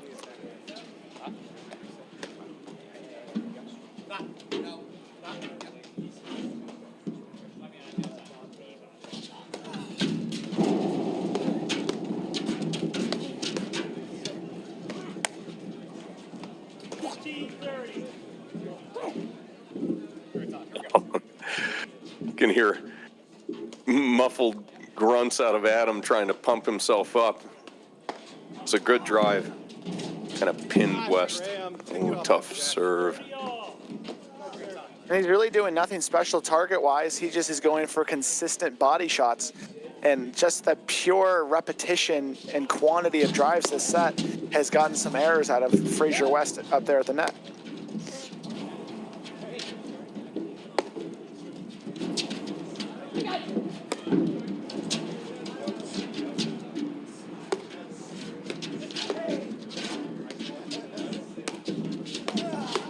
Yeah, so that's the one they have to be very careful about.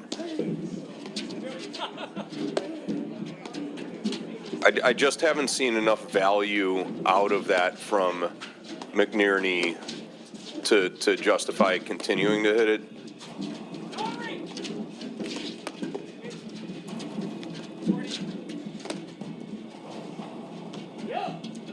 I mean, if anything, once in a while he's able to kind of handcuff them just enough to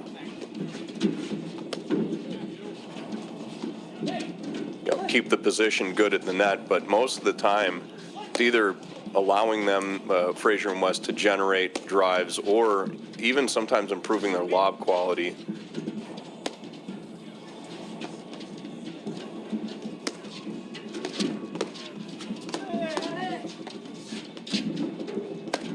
And right here, this point to me feels a little bit more important for Fraser and West to get, because it almost feels like right now Fraser and West haven't quite found their footing throughout the entirety of this second set.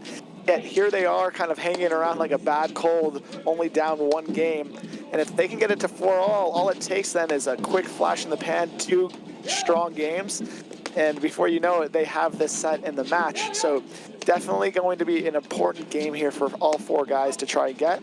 Granted, that is John, the commentator, maybe stating the obvious, but definitely feels like there's a game within a game in this one for sure.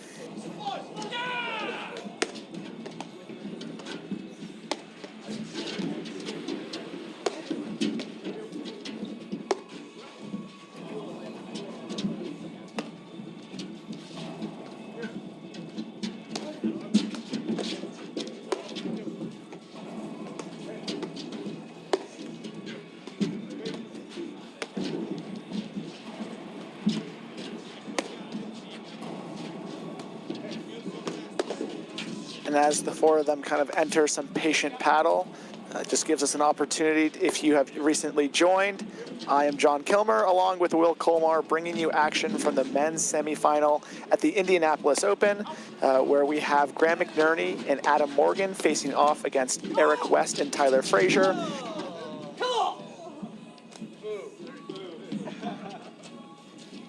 As we hear a nice little come on out of Adam Morgan.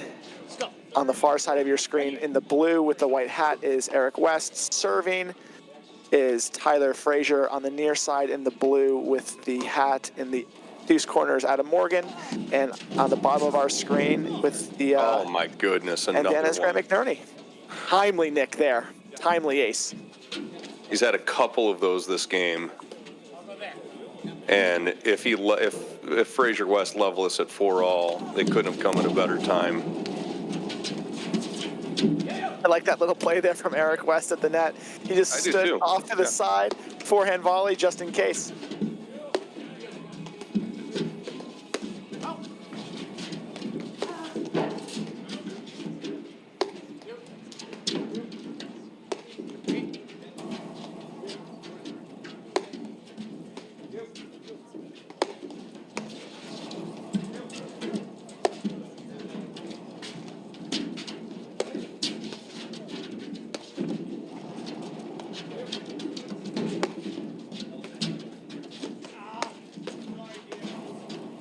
I do like the idea of West Fraser looking to cause a little bit more chaos from the baseline with blitzes. I am a little bit, I don't want to say confused, but I am curious about why they think having Eric West do that benefits them a little bit more than Fraser, just because typically Fraser, that is the game that he likes to play. He likes to prowl. He likes to live inside the baseline.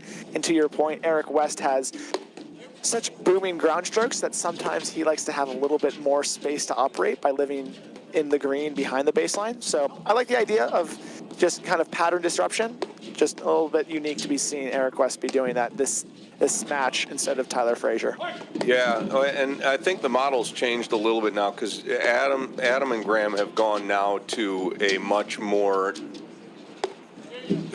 conservative system with Adam Morgan taking a lot of the overheads from further off the net as kind of low point, kind of prodding overheads. And I haven't seen the drive adjustment out of West in particular, where what I might be trying to do if I'm them is just kind of throw some like little dippers or chips low and move forward off that rather than trying to tassel one, which kind of goes mid-level on mostly Morgan's body if he's off the net, and he's pretty proficient at making those volleys. So that's a great cut.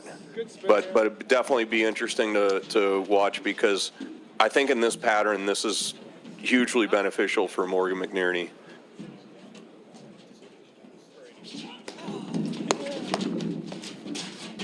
And right there was a really, really, really good slash. That's 3 reallys for those counting from Eric West to the ad corner. That got a little bit of an emotional reaction out of McNerney. And as we were talking about before, it seems like in this set, the amount of aggressiveness on the Eric West overhead has dipped a little bit. And again, that is due to a lot of factors. Conditioning, it's just hard to do it for 2 sets as one. But I'm wondering if that a little emotion out of McNerney gives a little bit more energy under the sails of Eric West to see if he starts putting a little bit more juice on these overheads for the rest of the set. But looks like he's going back to that 55% speed cut to the middle. Yeah.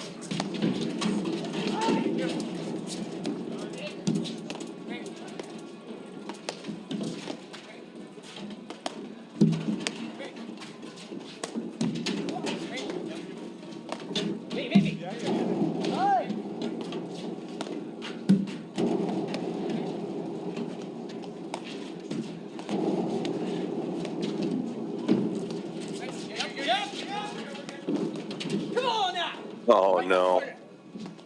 Advantage, McNerney Morgan. Come on. Right here, Graham. This one.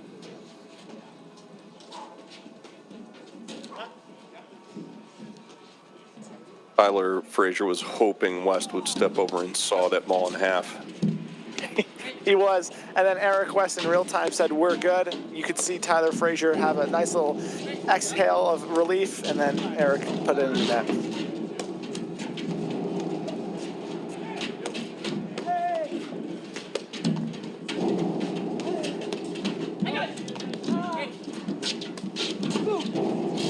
Looks like right now, though, Eric is getting the memo of sawing the ball in half, putting definitely more RPMs on these shots right now. Yeah, oh boy, he's doing enough to take a little bit more control out of Morgan's lobs.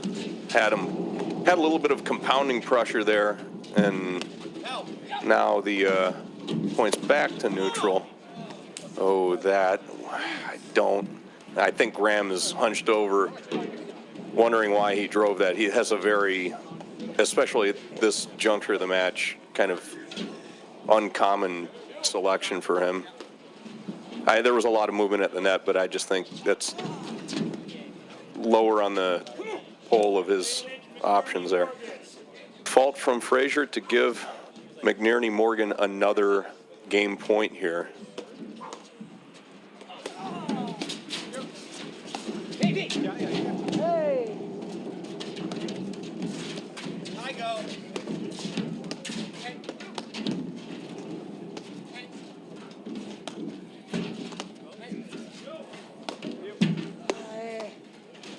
But I'm a big fan, Will, of that phrase that you said a couple maybe 30 seconds ago, compounding pressure. I feel like that's maybe the biggest difference between the first and the second set. It really felt like in that first set, Fraser West were doing a phenomenal job of just hitting shot after shot after shot that compounded the pressure and difficulty for McNerney Morgan. And in this set, they are seeing flashes of those high quality shots, but it doesn't seem like they're able to keep that same level of pressure throughout the entirety of a point as they were in that first set.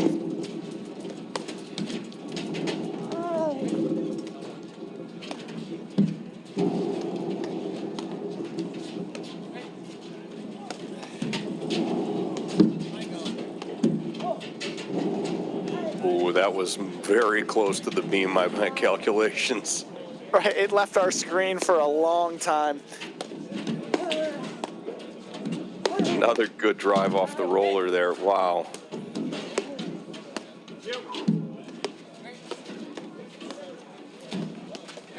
And, maybe the other thing that's happening on these patterns is Morgan is establishing more of a presence with the drive, is forcing a little bit more movement out of particularly West to reclose in, and that could be chunking him down with his legs just a little bit.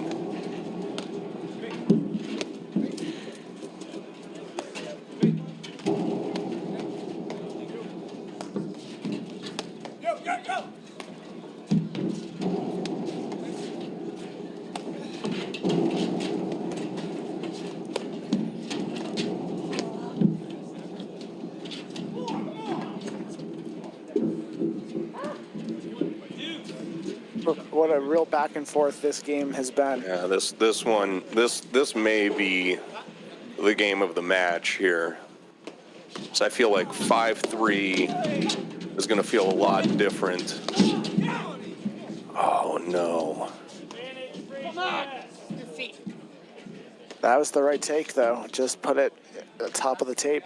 That's a tough one. I always get nervous when he's driving from lower than the net. I got to really kind of put it on somebody's chest.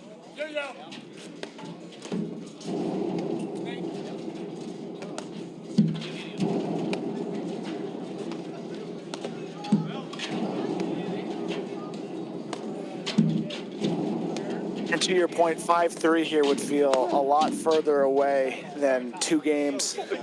That's a good low drive there. I love that. Slightly off speed from him, getting it just a little lower than the net line. Yeah, he did a really good job there of getting his body low, too. He made that a physical shot. It paid off. Wow, what a shot from Tyler Fraser. Oh, my goodness. And the pressure from McNerney at the end there. Really good tug of war there for the net. And another game point.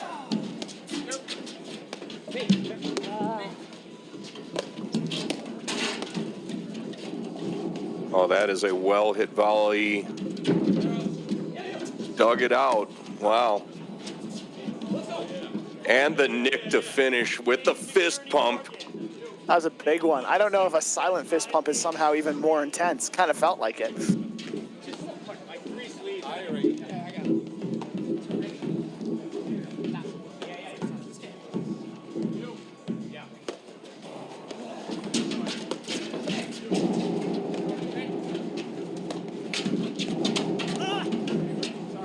I think that one hit a little seam there again.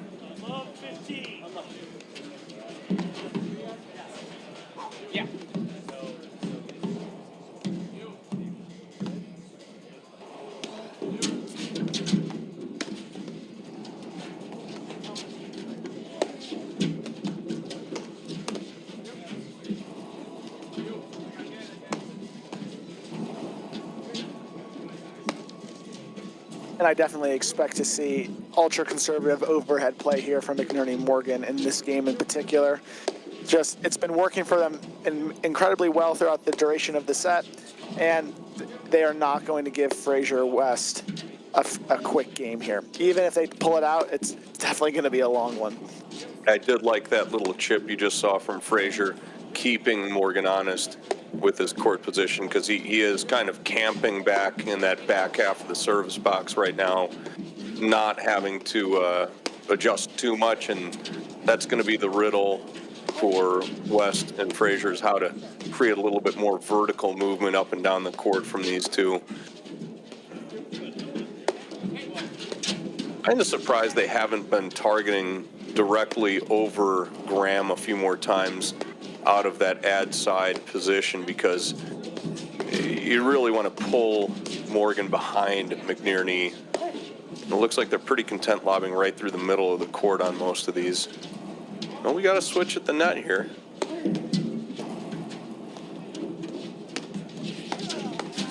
And right away, you're seeing the change of position from Fraser West when McNerney's hitting those. So it'd be interesting to see if they stay on this. Maybe you want to poke the bear a little bit. And to your point, too, you can already see that Tyler Fraser over there in the ad corner is living 2 hands on the paddle, preemptively looking for his signature backhand. But it only goes up a notch in terms of preparation when they see McNerney prepping up for that down-up overhead.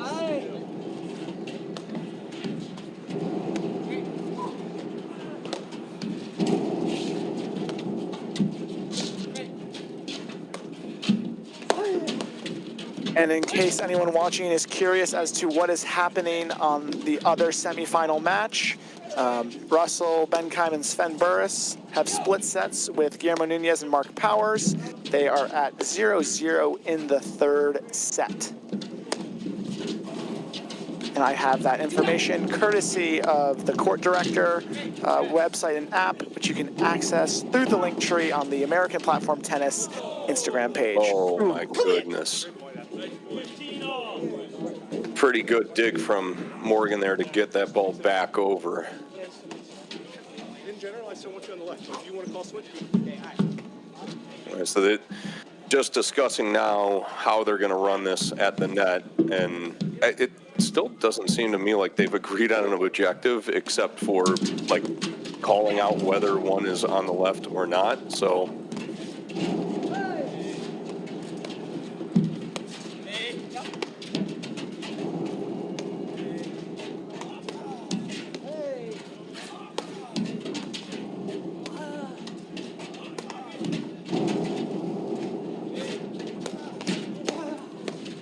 You can almost see how fresh of legs Tyler Fraser has still. He's aggressively going for these overheads, in large part thanks to Eric West has taken, probably 75% of the overheads today. So some nice attacking overheads there from Tyler Fraser.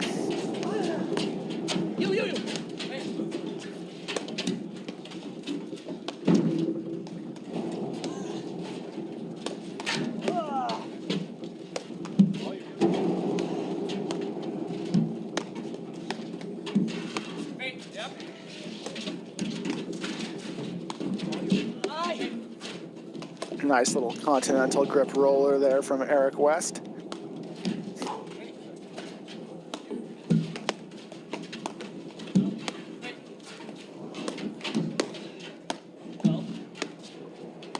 And I think right here when McNerney gets to hit these, not even probing drive, just little bunt pushes, I think this is when he's at his most annoying. He feels like he's very in control of what shots are coming out off his opponent's paddles. He's putting himself in position to not give them any sort of lob to attack. And he's just hitting that ball and not allowing them to do too much with their volleys. Goes to show that he's feeling pretty comfortable here in the 2nd set. Yeah, well, certainly the lob quality from Morgan McNerney has gotten stronger, and it's starting to open up pockets of the court. Again, maybe a little bit just has to do with the sheer amount of movement that, in particular, West has had to burden. But I think it's allowing them to start looking at little pockets of the court as well. And I think you're right. Like if McNerney's able to kind of chip and probe around and mess with them, see, it just looked to me like West was so slow on that. I know that's a weird thing to say about somebody who moves so fast, but I just think he looks a half step off to me.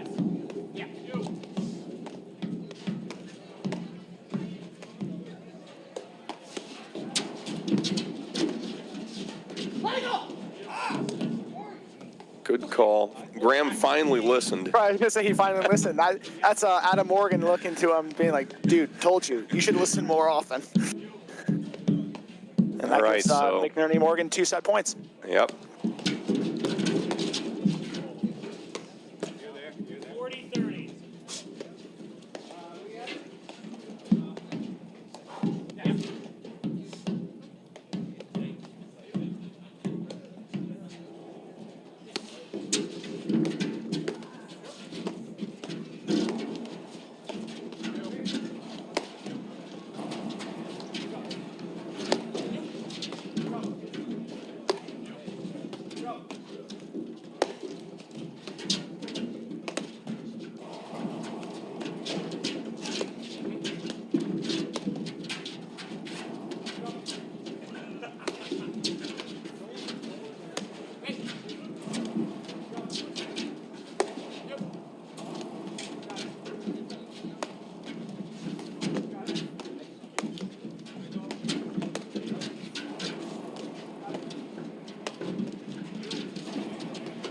That's the quadrant. I'm curious to see if they keep peppering with the lobs now, because I do think you need to unlock Graham somehow and pull Adam across the court.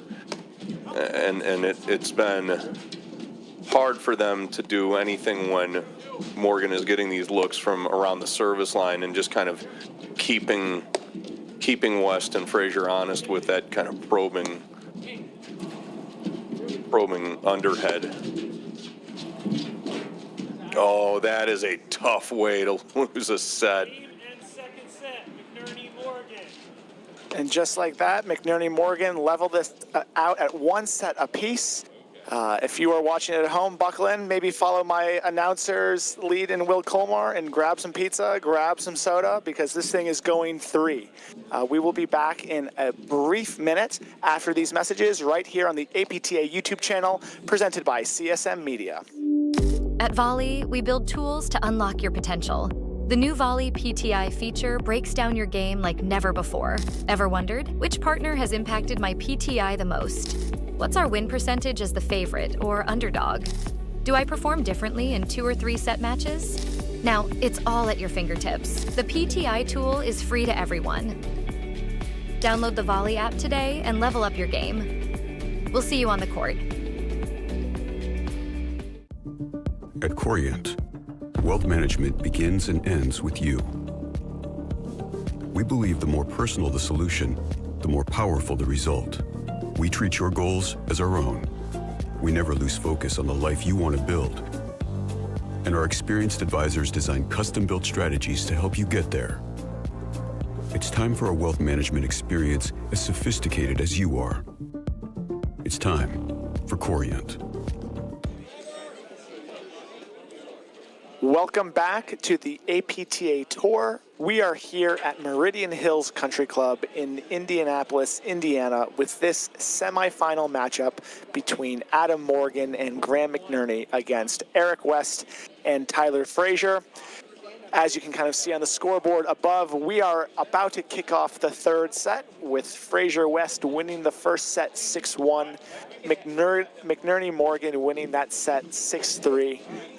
You see no players on the court, and that shouldn't be a surprise to anyone who's been tuning in this whole match, because that second set took a lot of energy out of Eric West and Tyler Fraser in particular. I am looking to have those guys take as long as they can probably during this changeover, get their sea legs underneath them so that they can come out swinging. I am John Kilmer, joined by Will Colmar in the booth.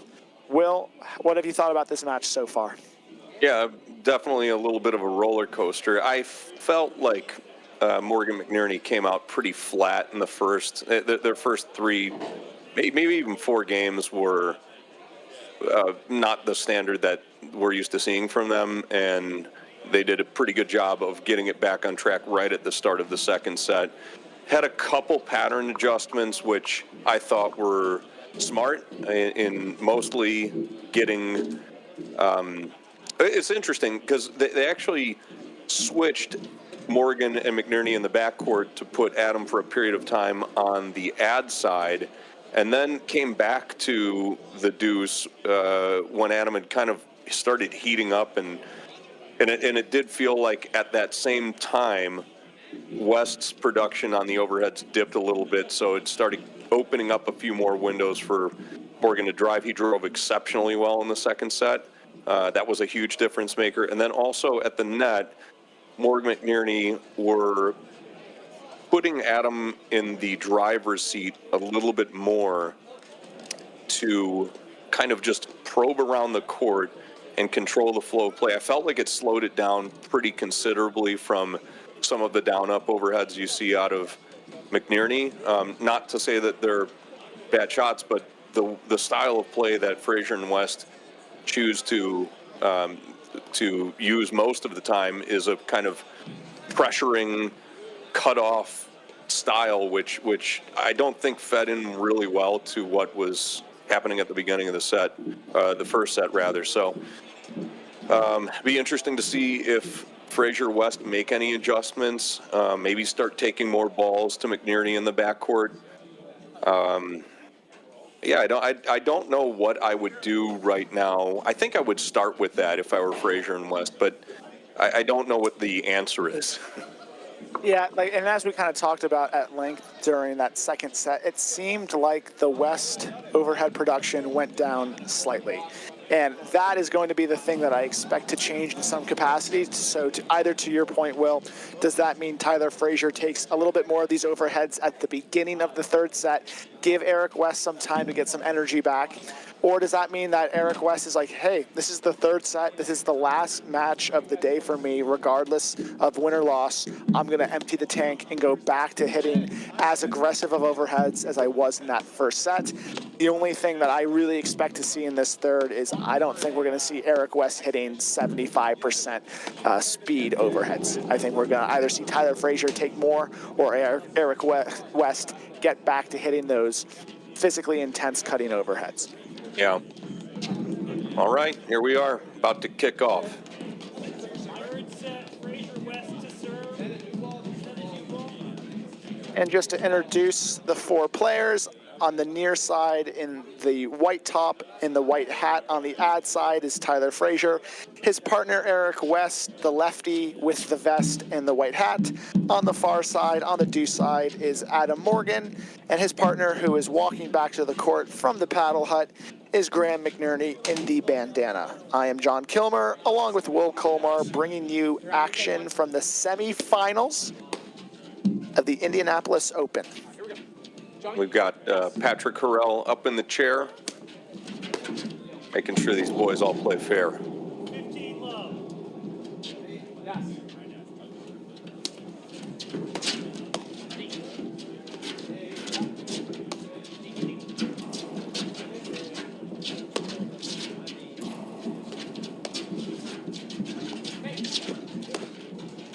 And I don't know how much it means, Will, but so far both teams that won the first game of the set went on to win the set. So just a fun little thing to think about as we play this game here.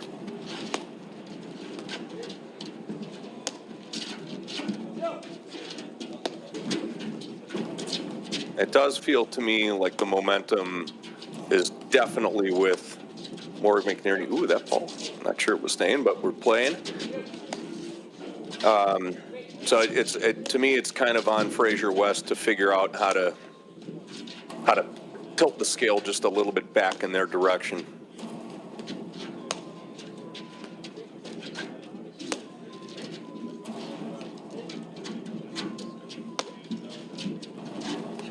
And if that's the overhead that Eric West is going to keep hitting, I just have to think that the momentum is going to stay with McNerney Morgan, because I feel like they have a really good plan at the baseline for what they are looking to accomplish, and it's up to, as you said, Fraser West to figure out a way to not let that happen.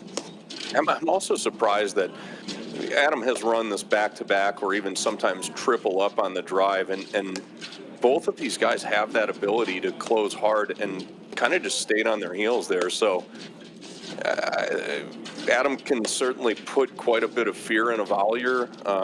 These guys, I'm a little shocked that they're as defensive on some of those as they are, but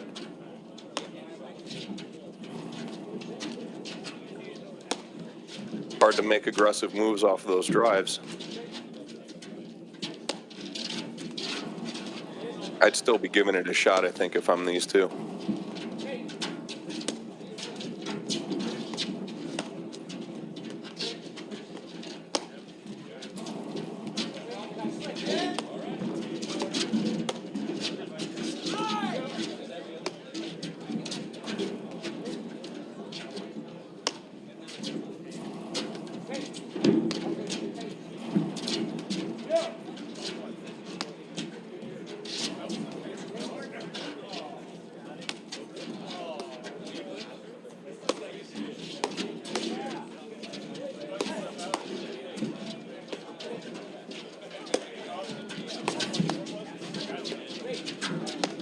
Nice little cutoff there from Fraser.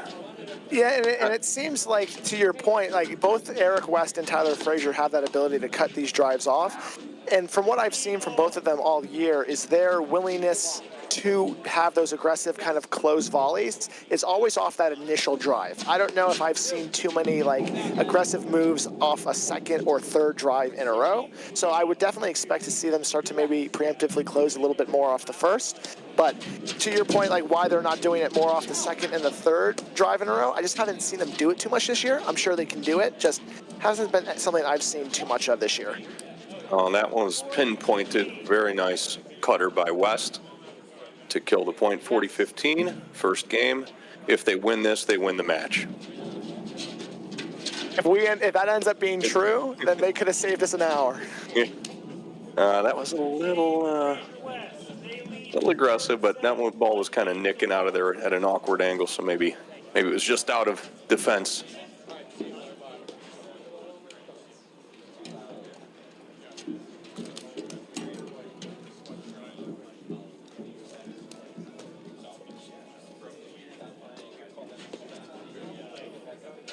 Also interested to see who's going to open up on the serve here. I know in the second set they chose to have Adam Morgan open up with the serve, but yeah, I guess that means nothing because Graham McNerney has the ball in his hand. Looks like he's ready to go. Yeah.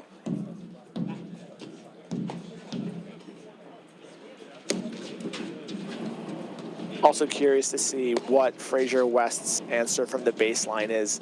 As we kind of mentioned in that second set, McNerney Morgan had a lot of success hitting that underhead serve, as you like to, underhead overhead rather, that you like to call it, from the baseline, right? That just doesn't give Eric West or Tyler Fraser that shoulder high ball to really pounce on, and it limits maybe some of their ability to hit really pressing offense. That middle of the court, I don't want to call it safe, but has been the least dangerous part of the court from the backcourt for West and Fraser. So it'll be interesting to see if they look to maybe drive a few more balls in the middle and who kind of takes that lead there.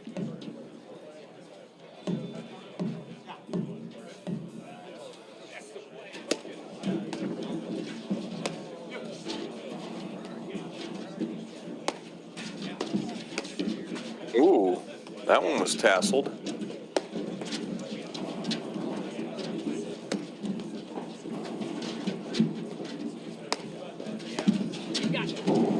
I mean, but just immediately, like I love to ask them after the match how they decide what to do with the overheads between Morgan McNerney, because to me, it's kind of clear as day that the tougher setup for Fraser and West to figure out is when Adam's taking them.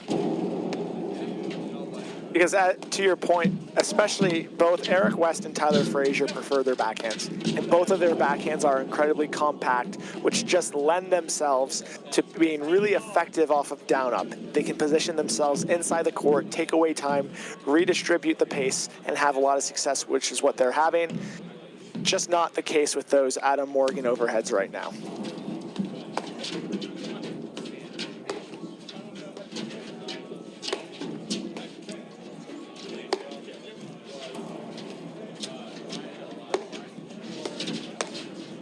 I mean, even that, which is kind of fed into the strength, is just not going to be an aggressive enough shot to really shake either one of these two at the net. So.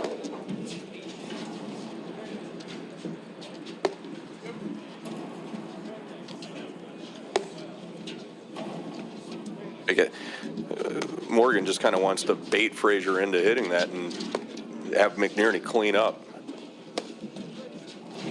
This is the second that it's almost like the second that Graham's touching this, something's going to happen in the backcourt. Which again, I don't know if that's necessarily a bad thing. Maybe you'll get an error out of these guys, but right now I would just not want that. I don't think. And it would be interesting to see, right, where has Adam Morgan been hitting the vast majority of those overheads? To the middle of the court. Both West and Fraser have backhands that they prefer. I'm curious, do they think about switching in the backcourt midpoint if this is a trend that continues to allow both of their weapons to be where Adam Morgan hits the vast majority of those overheads? Something that I would think about. Only time will tell if it's something that they consider.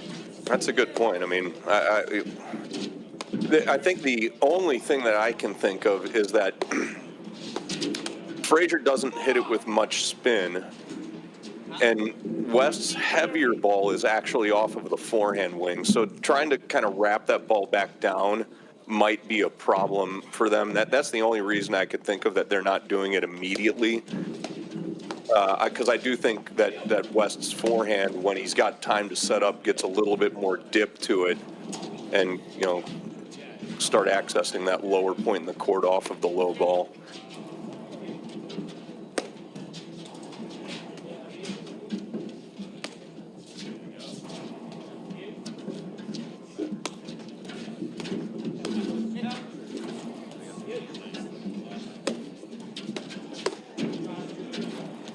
Yeah, but you already see slightly different looks based on the height of that ball coming in, opening up some offense for Fraser and West.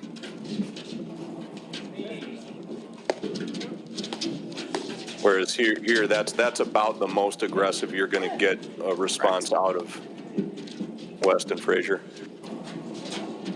That one locked in nicely.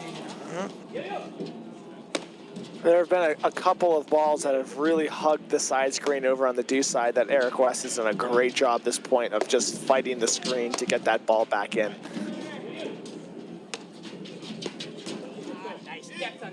Yeah, McNerney doing his best Morgan impression by letting that one drop low, and again, just that's the ball that Fraser isn't going to do that much off of, even off of his strong wing.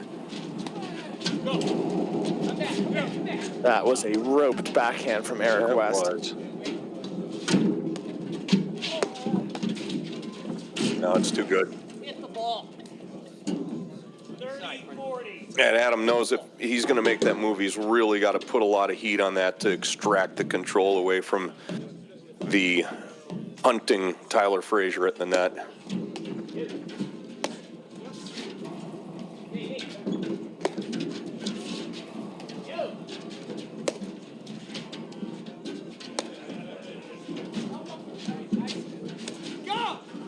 That's a good kill. That's a big time moment to bring that out. Missing that to go down to 0-2. But you know what? I don't think McNerney's thinking about missing that ball, Will. No. Not that one. Another right down the line drive by West.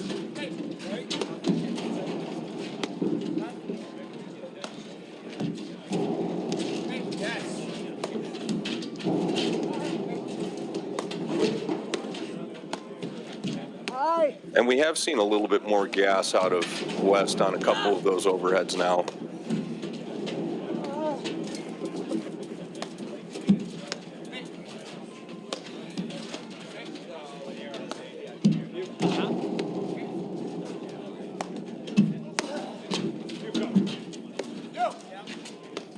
I'm trying to think off the top of my head, but I don't know how many games that went to deuce in that second set went to Fraser and West. So this definitely, again, this is only the second game of the third set. Regardless of the outcome here, both teams can still win this match. But I do think it's an important one for Fraser and West, not only to get off to a 2-love lead, but to kind of be able to put that line in the sand saying, hey, we can win these long deuce games too. Oh, wow. That is another so, nasty one. He knew it so immediately. Deft. I mean, he pulled his paddle away right as this is entering contact. I mean, It's just so tough. So cool. Yeah. Oh, Game Fraser West. They lead maybe a the little first momentum set, shift here, 6 but to love. Morgan McNerney, probably one of the toughest teams to put away. So 2-love lead, good for West and Fraser, but not nearly the end of the story here. There's another one. So that's right. Note to self, off-pace drives right now, put them away, because Tyler Frazier is just going to keep dropping you.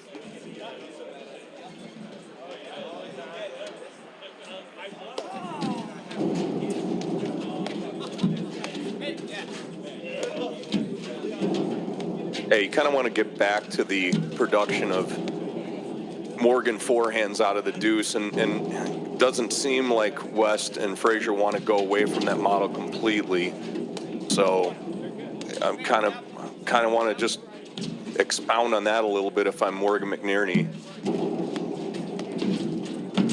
Yeah, that one's getting him hurt quite a bit. That's a good recovery though.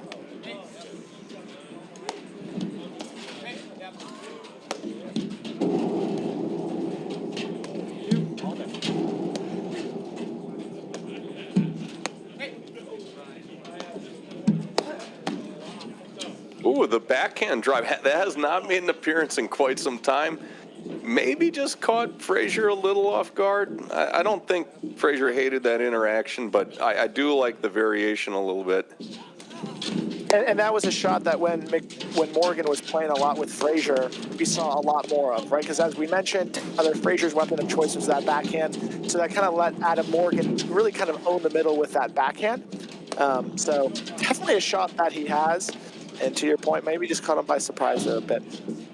It was interesting. They used to tinker around with who would play ad because their natural aggressive setup is with Morgan on the ad and Fraser on the deuce, wings in, so to speak. But they, I think halfway through, started changing that model.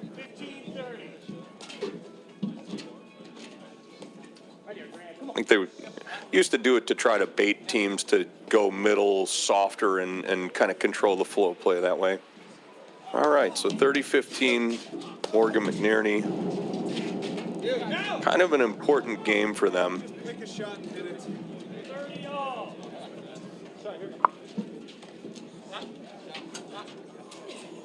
Could you hear Graham lamenting the decision to lobby? He thought about driving that one, and another semi-loose error. It really does feel like, and this is going to sound obvious, but based on how all three sets have gone, winning big points and winning games has been incredibly energizing for McNerney Morgan. And when too many games pass in a row without them winning, it seems like that is when the loose errors have happened.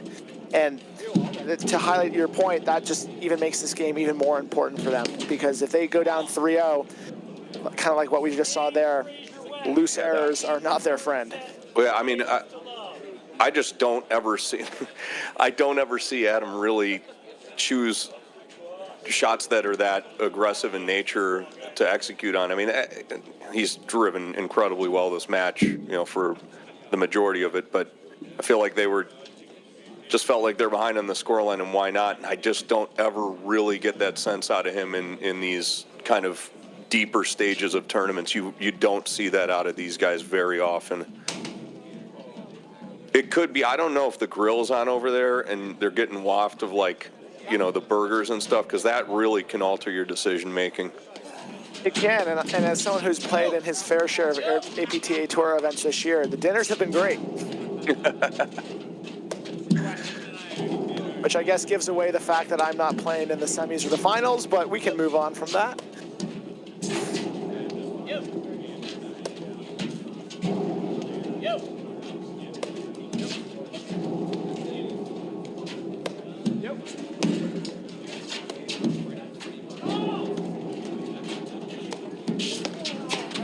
Yeah.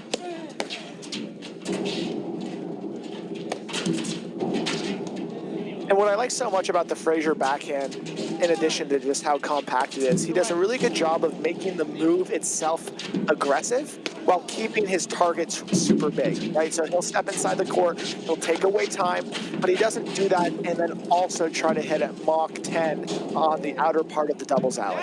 He'll be aggressive with his positioning, but he'll keep the shot high percentage. A little bit more of a chaotic point there, which ended up going the way of Morgan McNerney, but again, just not quite the same way that they've been having success, I think. So, like, sometimes you win those points and it actually doesn't do you a whole lot of good because you might be feeding into the patterns that are hurting you more. Right, like, and to that point, definitely feels like Adam Morgan is starting to put a little bit more sauce on his rollers. Now on his underhead, he's hitting that same really nice deep push overhead, but definitely feels like that roller right now has a little bit more juice on it.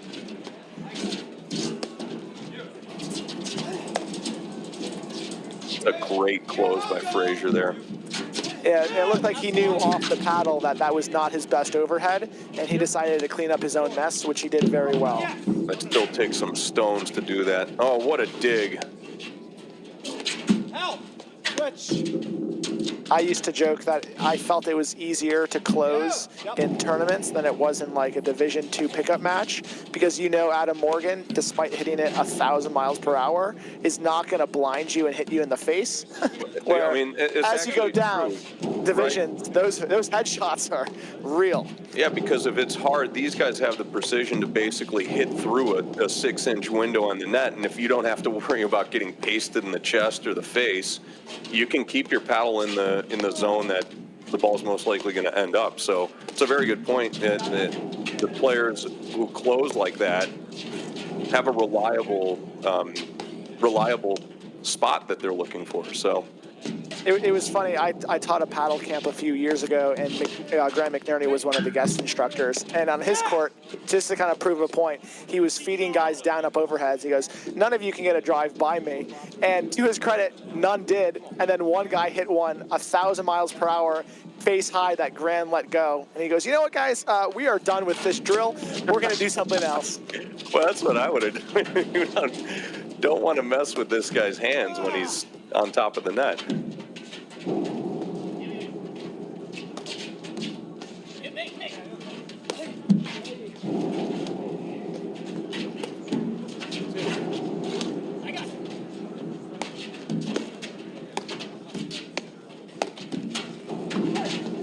That's a great move from Morgan there. Almost got the error out of West, but good recovery.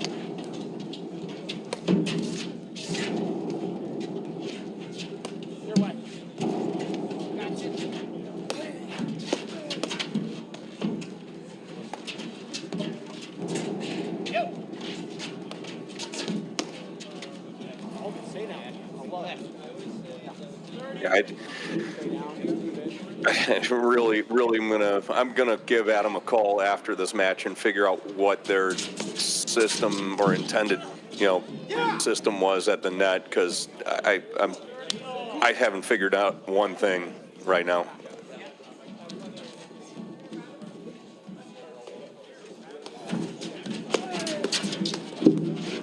A great move from Tyler. He followed the ABCs of racket sports very well there. Always be closing. He was closing well. McNerney had to retreat just a little bit, and that gave Tyler Fraser the advantage in that hand-to-hand combat. Puts them up 40-30 in this game to give them the opportunity to get up 4-0 here in the deciding third set of the semifinals of the Indianapolis Open.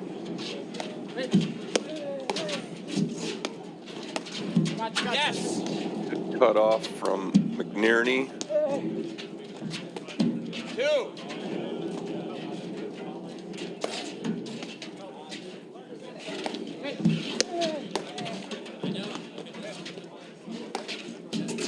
And here's the real question for you, Will. If Fraser West win this point, do they let out an Adam Morgan sounding "let's go"? I think they want to keep the energy pretty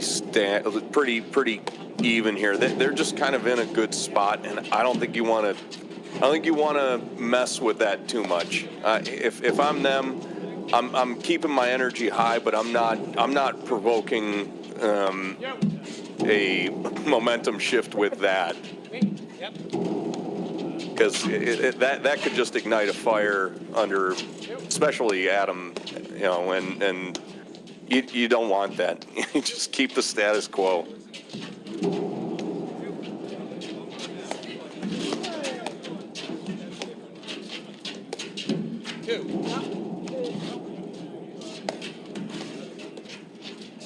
I like how Eric West was 8 feet away from taking that off the deck, and you still hear Tyler Fraser say, take that off too. Oh, it's another really good move. Great job from Morgan to keep his hands ready. That is so hard to do when somebody's pressing you. And not only that, but to direct that volley in a very small window.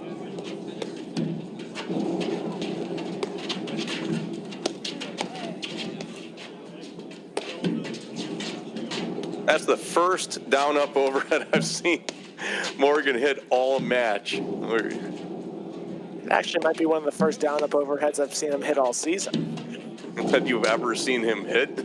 No, I definitely haven't seen him hit a waterfall. Yeah. Oh, there's another one kind of out of nowhere. Like, maybe these guys are all just dehydrated.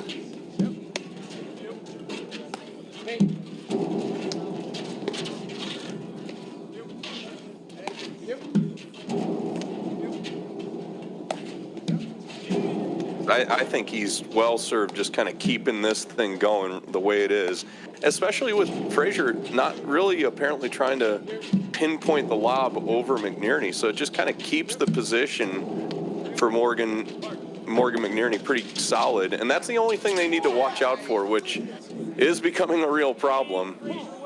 Fraser West lead the third set, 4 games to love. It is an interesting conundrum for Morgan McNerney because that's happened a couple times now, and I don't think it's the wrong way for them to approach this.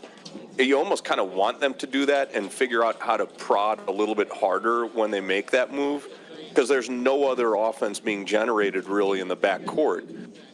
And I think that puts a little bit more pressure on Fraser West, even though they've executed well, to come up with that move. It's a higher risk move.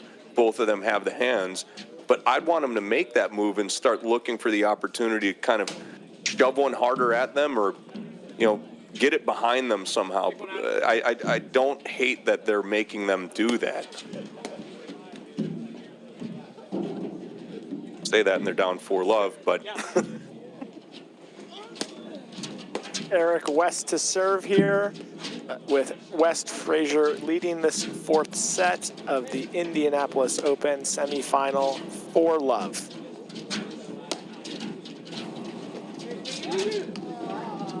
Yeah, we got a little mix up there at the net. Good recovery from Fraser West.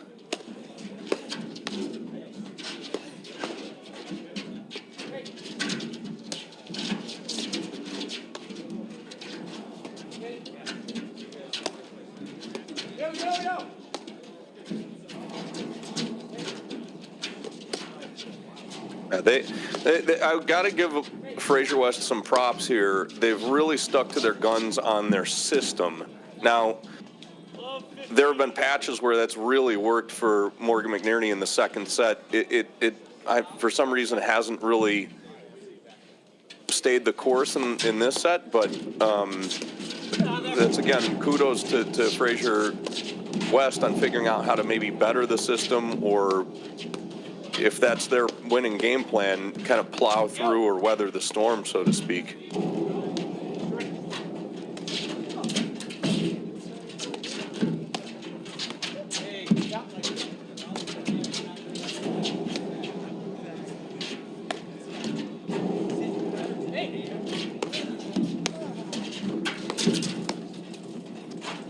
Smart play to reset there.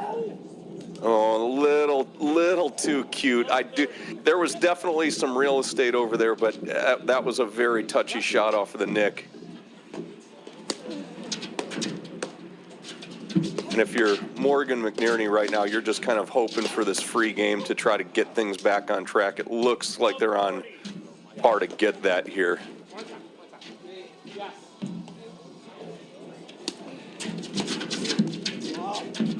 Yeah, and then just a little dip in production. We'll see what happens now. First set, 4 games to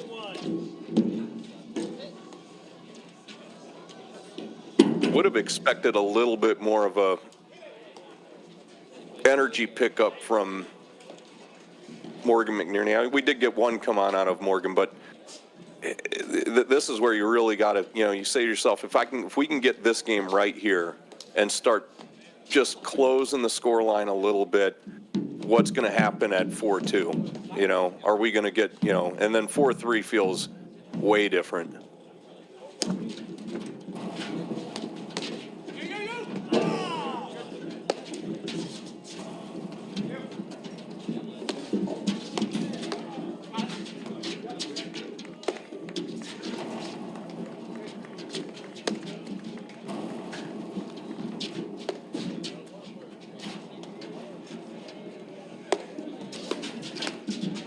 Yeah, that's the pattern I like for these guys.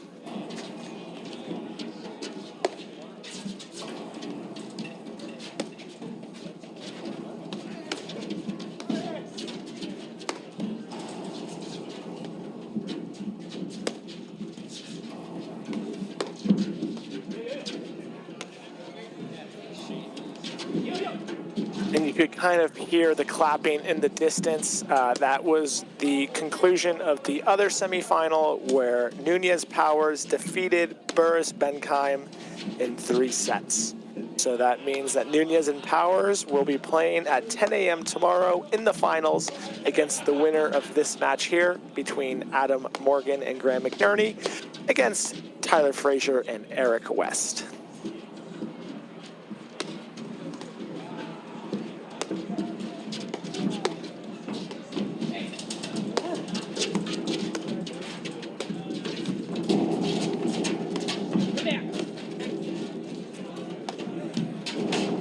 Oh, that one was right on the nick. Great job defending from Morgan.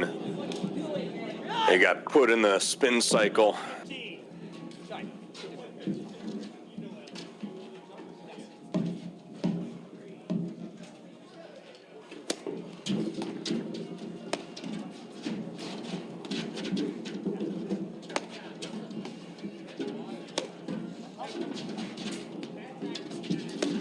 Nice nick coverage there. Yep.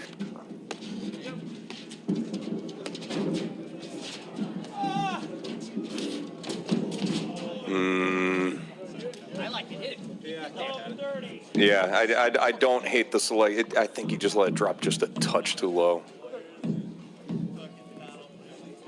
He got it very thin, though. It sounded good. Yeah, it did. Probably took a nice layer off the ball, too.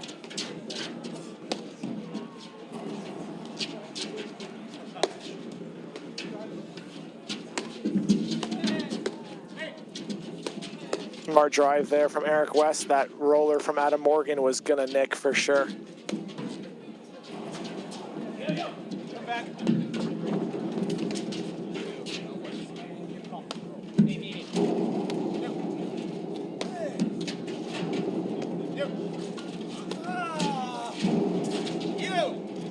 You call. Nobody.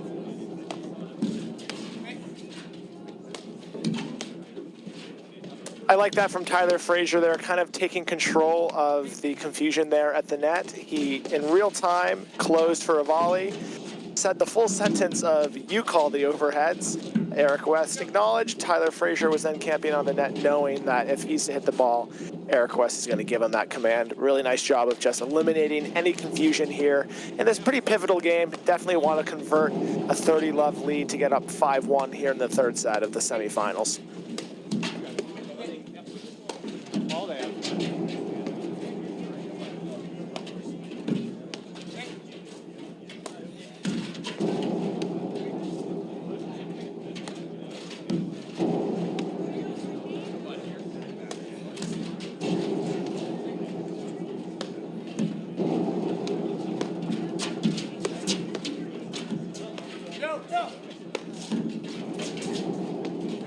You can see how this system is much more, I would say, it's forcing Fraser and West to have much more variation in their overheads with Morgan on the ad and McNerney on the deuce. It's interesting to me that they haven't used this more, but again, I think for a period of time, Morgan was just so on his drive, it kind of didn't even matter.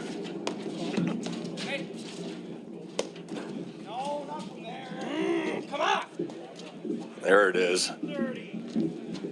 That is a big point to go now instead of down love 40 to 1 point to even this game up. Wow, nice big forehand there for Tyler Fraser.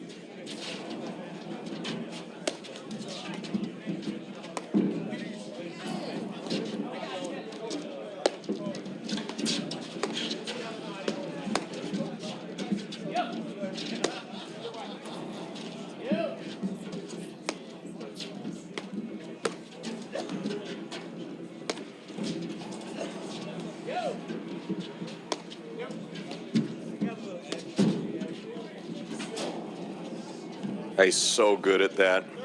And I think that might be the objective with a lot of those down ups is to get that screen hugging effect out of it, but just have to count the number of times he's actually busted these guys with that. Couldn't be more than 5 or 6.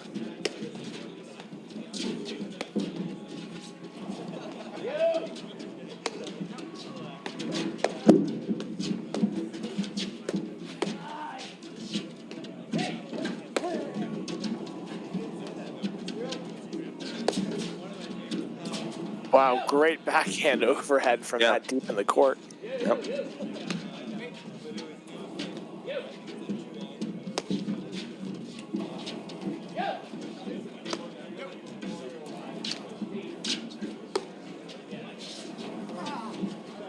Yeah, nice timely nick there. Boy, this is going to be a huge game to weasel out of if they come back from love 30 and get this to 4-2.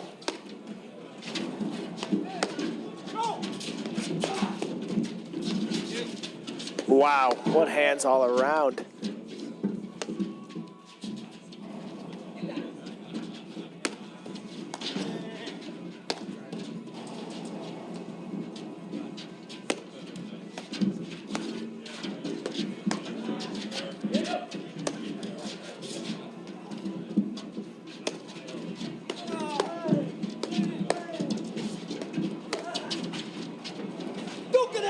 That's such a good move. And Adam, just knowing Tyler's habits, seeing him with the open face, which everybody else is reading as a lob, is ready to protect that line and actually close down that point. That's next level reading. That's mind reading right there. And that was about, by my count, 10 spectacular volleys on very difficult drives off of Fraser West's paddle. Adam Morgan just did a phenomenal job volleying that game, withstanding the storm. And then to your point, when he had to read really high-level platform tennis IQ, cut it off, and turn that volley into a nice little winner off the snowboard. And again, it's been kind of seen, as we saw in that second set, the more games that McNerney can win, the more it seems to give them life and foot speed from the backcourt. So after a couple nice games here, it looks like they have a little bit of life again at the baseline. Yeah, and here we are back to kind of the patterns that we saw in the first set with the kind of more intense spin off of West's paddle there. Was starting to really get Morgan to move around that deuce side. There's another heavy cut.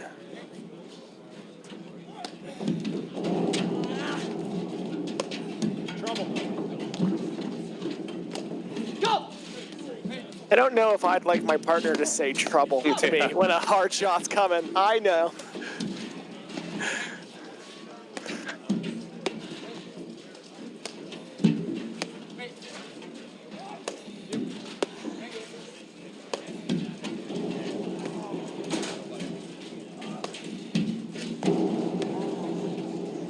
It really, to me, is a question of endurance here because I like the setups, but it's just a lot. It's a load.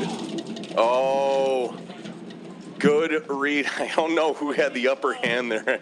Almost felt like Adam did for a second, but another good Tyler Fraser poach puts them at 15 love. A little deep.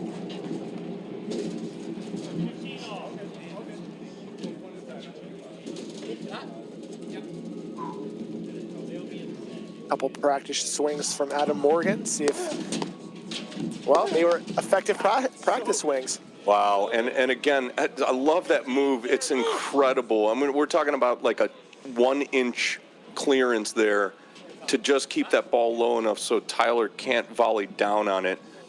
Incredible precision. Needed that point. It's a big-time point. Oh, he got a little aggressive there. Good luck. I like how calm Graham is at all times on a platform tennis court. You could hear him there. Just very matter of fact. Good look at him. You were there. Wow, great dig. Unbelievable dig. Ran with that paddle, essentially scraping the ground, sparking. And now he took the net on a nice blitz. Trouble.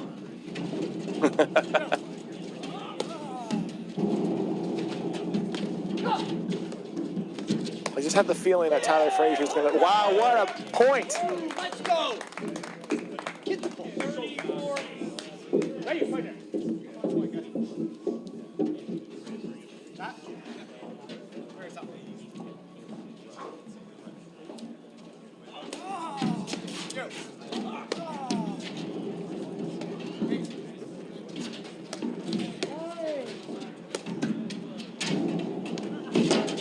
Oh boy.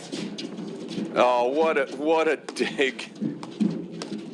That ball couldn't have come out in a worse spot. And I think Morgan put that ball on the line. Another line burner. Oh boy. Right, that one just kind of kept floating. I thought it was Oh this man. long. Just the feeling of being on the other side of that and knowing you just as easily could have walked away with the point by now. Really tries you.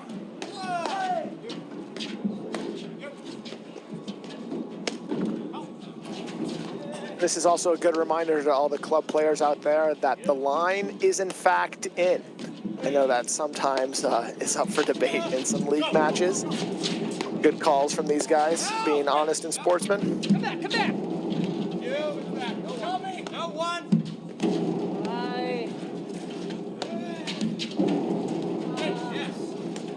Did Wes just say, tell me? I think so.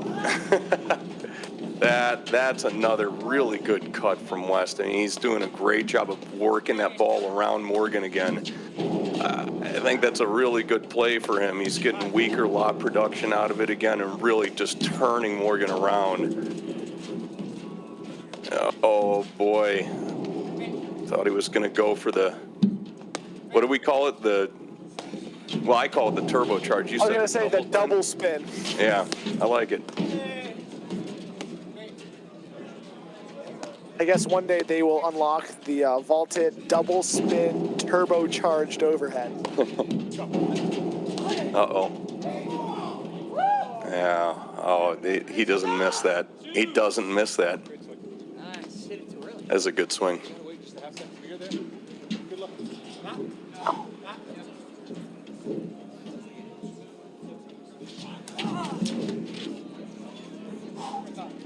McNerney Morgan.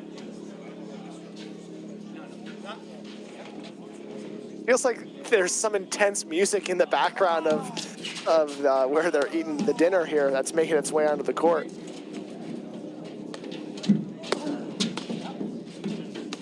Ooh, nice. Great volley from off the net there from West.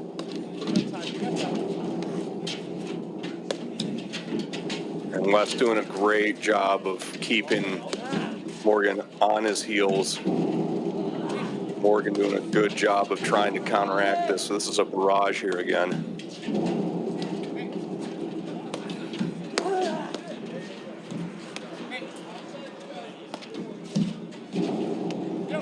And those volleys that right now Eric West is hitting from the service line on the tail end of hitting 3 or 4 consecutive attacking overheads is really difficult to do. Great job back there, and really good play from the baseline from McNerney Morgan.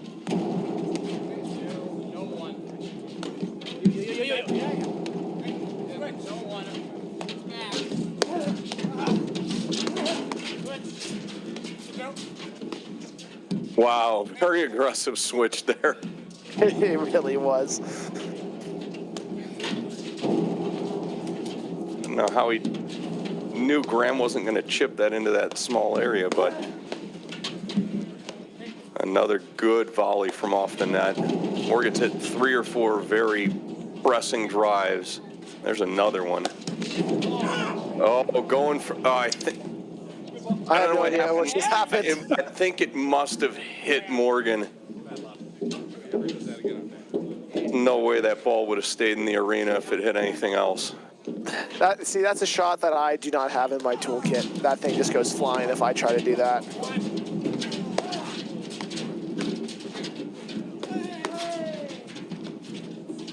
Great job neutralizing the pace on that drive. That's another thing. Sometimes when you get a guy with one of those overheads, especially a guy like Adam, you're just going to get the adrenaline pumping in him a little bit more, and you might be sorry you did it. Get you a point, lose you the match. Although I think at out, they're willing to take that gamble. Yeah. At 40 love, probably not.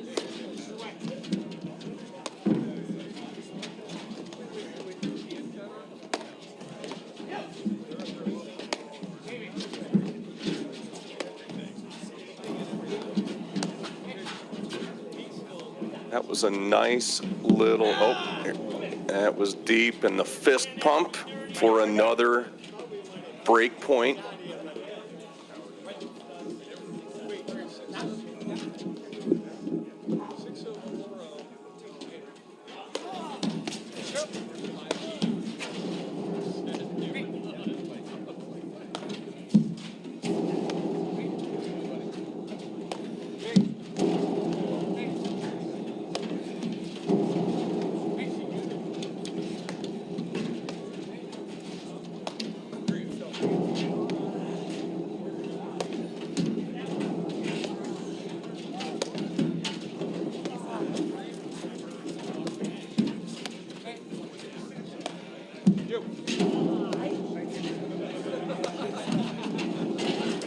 West doing a good job of locking that ball in side back. That ball dropped straight off the face of the planet. Saves another break point.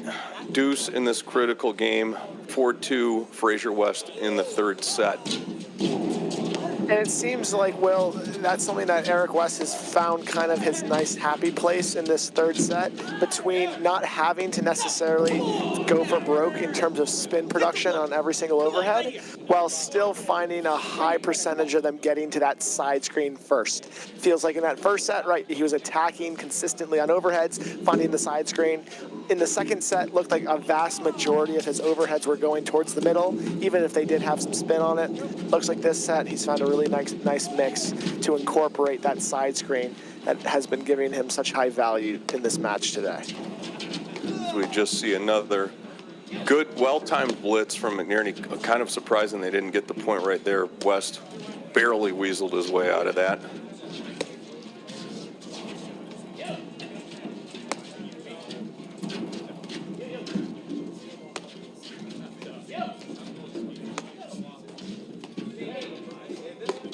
Well-placed lob from Fraser.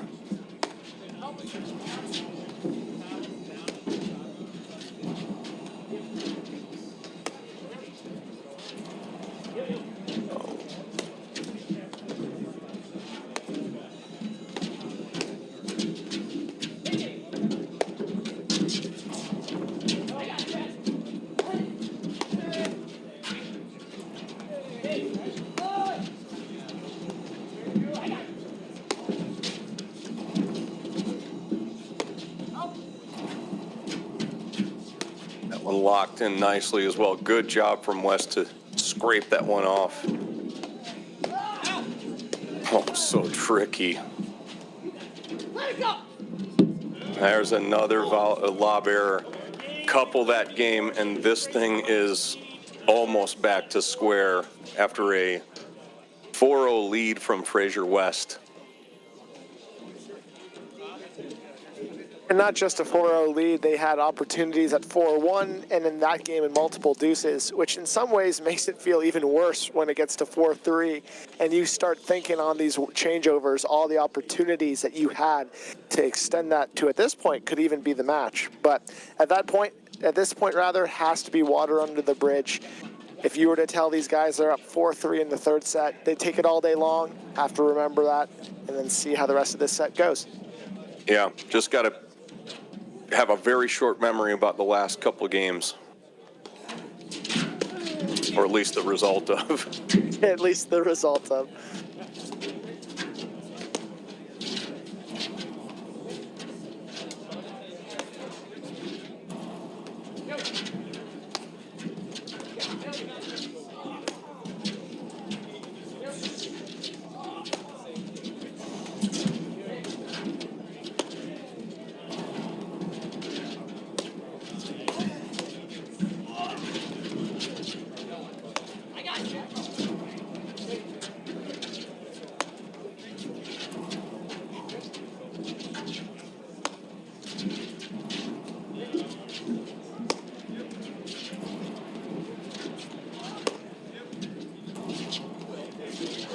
Lobs have gotten stronger out of the Morgan corner here off that kind of backside attempt.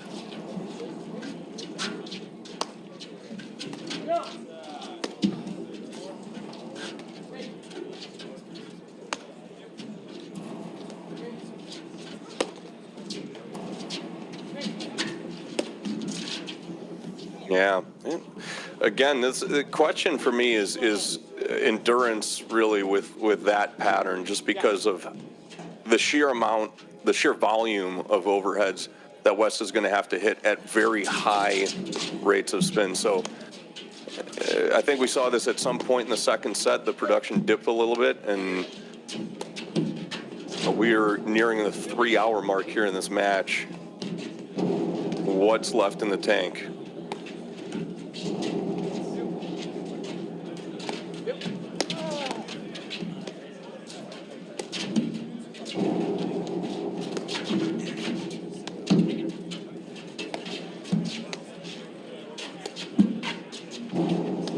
And the longer this match goes, it just kind of plays into McNerney Morgan's strengths of they don't have to maybe expend as much energy on a point-by-point basis to get those points and wins under their belt, right? Feels like it definitely takes a little bit more energy and effort from Fraser West throughout the totality of this match to get those points. The longer this thing goes, I want to say the more it gives McNerney and Morgan the nod. Yeah, those last two errors out of West, to me, were not necessarily bad selections. It just looks like the feet are a tiny bit off for him.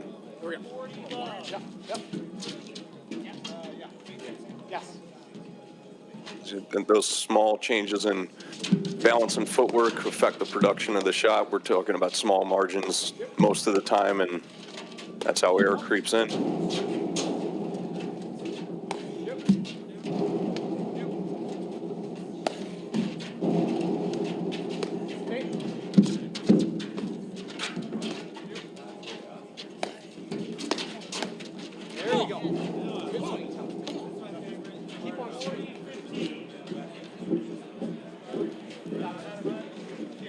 I think a strong Eric West backhand return here would go a long way into getting a little bit more pep in his step.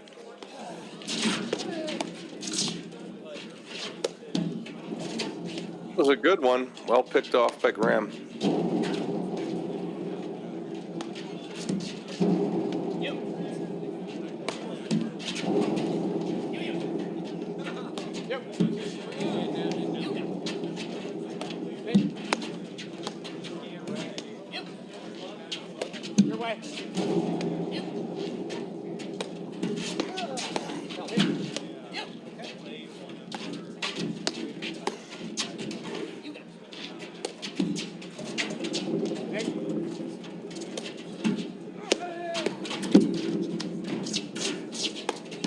incredible. It was fadeaway backhand to keep it low and out of Fraser's zone as he's making that blitz attack. I mean, he hit it from his ankles too.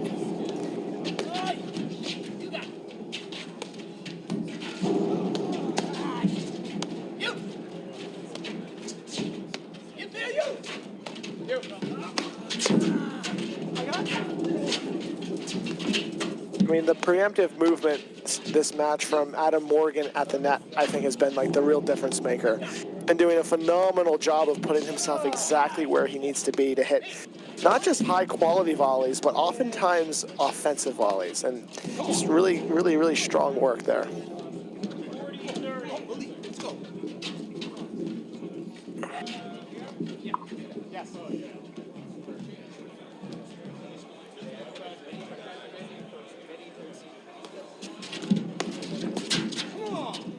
oh, wow. I think that one got just a little bit of tape on its way through to Morgan on that. It was really crazy, some of these momentum shifts after having a 40-love lead. We're now at deuce.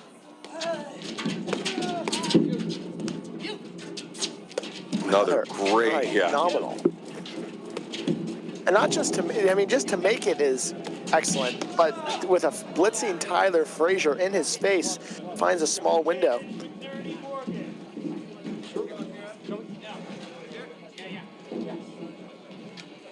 I like this look.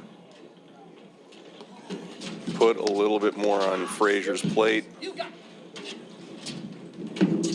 That is deep, and we're at 4-all. McNerney, Morgan.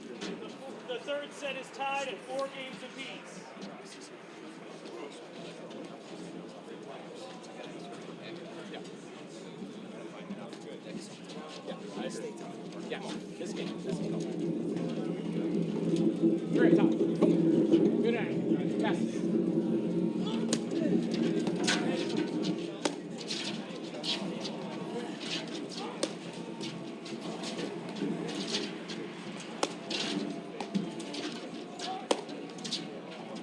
Well, it is very much right now do or die time for both of these teams. And as we kind of have been talking about at length over these past 3 hours, Will, it looks like this is kind of the formation at the net and the strategy at the net that Fraser West believe gives them the best, with Eric West taking the vast majority of these over into that deuce court. And they're going to kind of ride or die there. Yeah. Yeah, I can't blame them. It's kind of what got them here, at least from the net position, but it's also been very, kind of razor thin margins on coming out on the right side of this. So oh my goodness. As you can see, it's definitely playing around with some elements of fire, although, I do think when West is really tuning it up, he's taken enough away from Morgan in the deuce side in terms of control. The question is, can he keep his foot on the accelerator and execute as you're coming to the conclusion of a match, 3 hours in. So if he takes his foot off the accelerator at all, I think Morgan's just getting good enough looks to really hurt these guys. So he's got to go all in if they want to keep this and pull through in this match. Now, curious about your thoughts on this, because it's something that I've noticed now, an uptick in the game. I see Eric West do it on a fair amount of his overheads. Mark Powers does it a fair amount. Philippe Rams does it as well. They seem to choke up on their paddle on their really aggressive cut overheads. Is that something that you've been seeing more of over in Chicago? Yes. I have seen certain guys do it. I think it's all preference. I do think, I think in general, I've noticed that West tends to hold his paddle a little bit more choked up than certain other players, but I don't know that that's a uniform method, or if it's just like personal. That is an incredible cutter. I would say that's more of a kind of a player signature rather than like an evolving trait. Yeah, Graham, again, kind of frustrated with his decision to drive that, knowing that Tyler Fraser's on the net line on the other side.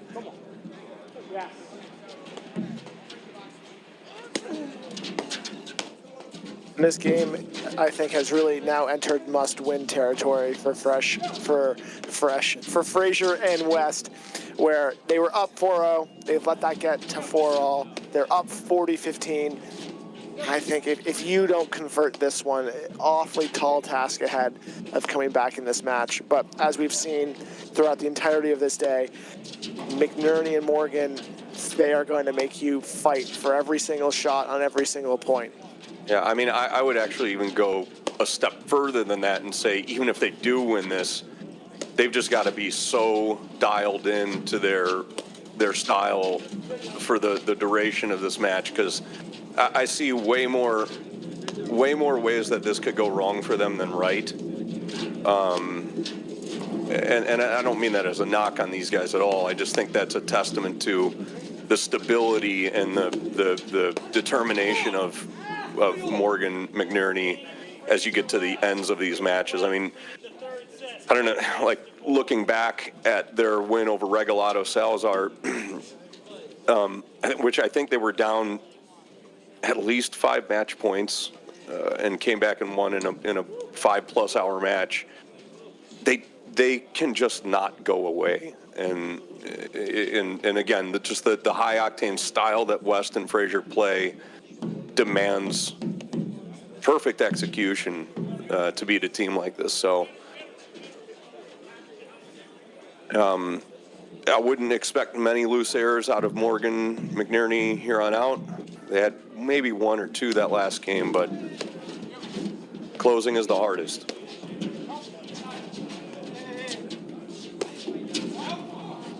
Well, I spoke too soon. Luckily, they can't hear us, so.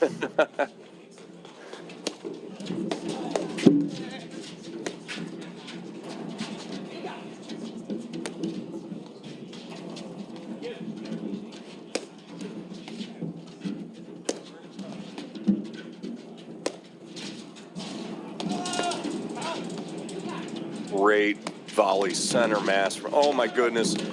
Oh, come on. How did he get out of that one? Oh man. I don't even know what part is going to be replayed. There were so many highlights. What a hand exchange. Adam was basically facing backwards and threw his paddle across his body to hit a lob to keep himself in there. Incredible. Good pressure and a little bit liberal with that snap drive there. It almost looked like he was fully anticipating Fraser to finish that blitz move there. Yeah. He didn't know what to do with it.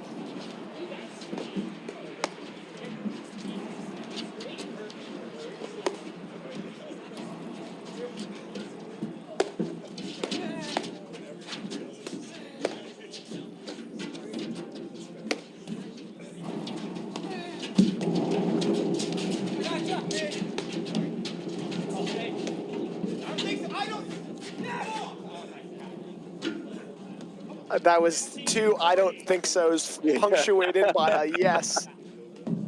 All right, so here we are, double match point, Fraser West. McNerney, oh no. Game, set, and match, Fraser West. I'll tell you what, it's a really good battle from all 4 of these guys. Really fun match to watch. These styles are incredible. We know we're going to see Morgan McNerney up on the big stage again. All 4 of these guys, of course, top-level national players. What a cool match to watch. Did I say I never had a doubt it would be over 2.5 hours? If you didn't say it live, you said it to me, and any McNerney-Morgan match, you can hammer the over for 2.5 hours. Yeah. So, Will, it was a pleasure calling this match with you. I think we've said everything we could say in these last 3 hours about these 4 guys and how they played in this match.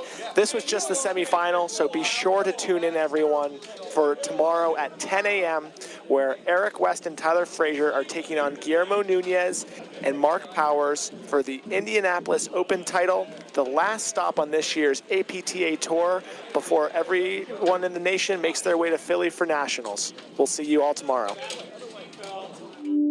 At Volley, we build tools to unlock your potential. The new Volley PTI feature breaks down your game like never before.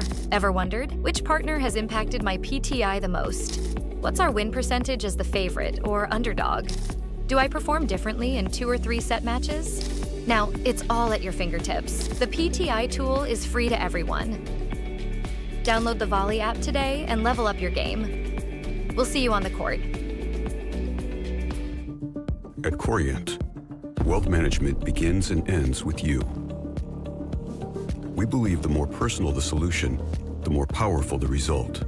We treat your goals as our own. We never lose focus on the life you want to build. And our experienced advisors design custom-built strategies to help you get there. It's time for a wealth management experience as sophisticated as you are. It's time for Corient.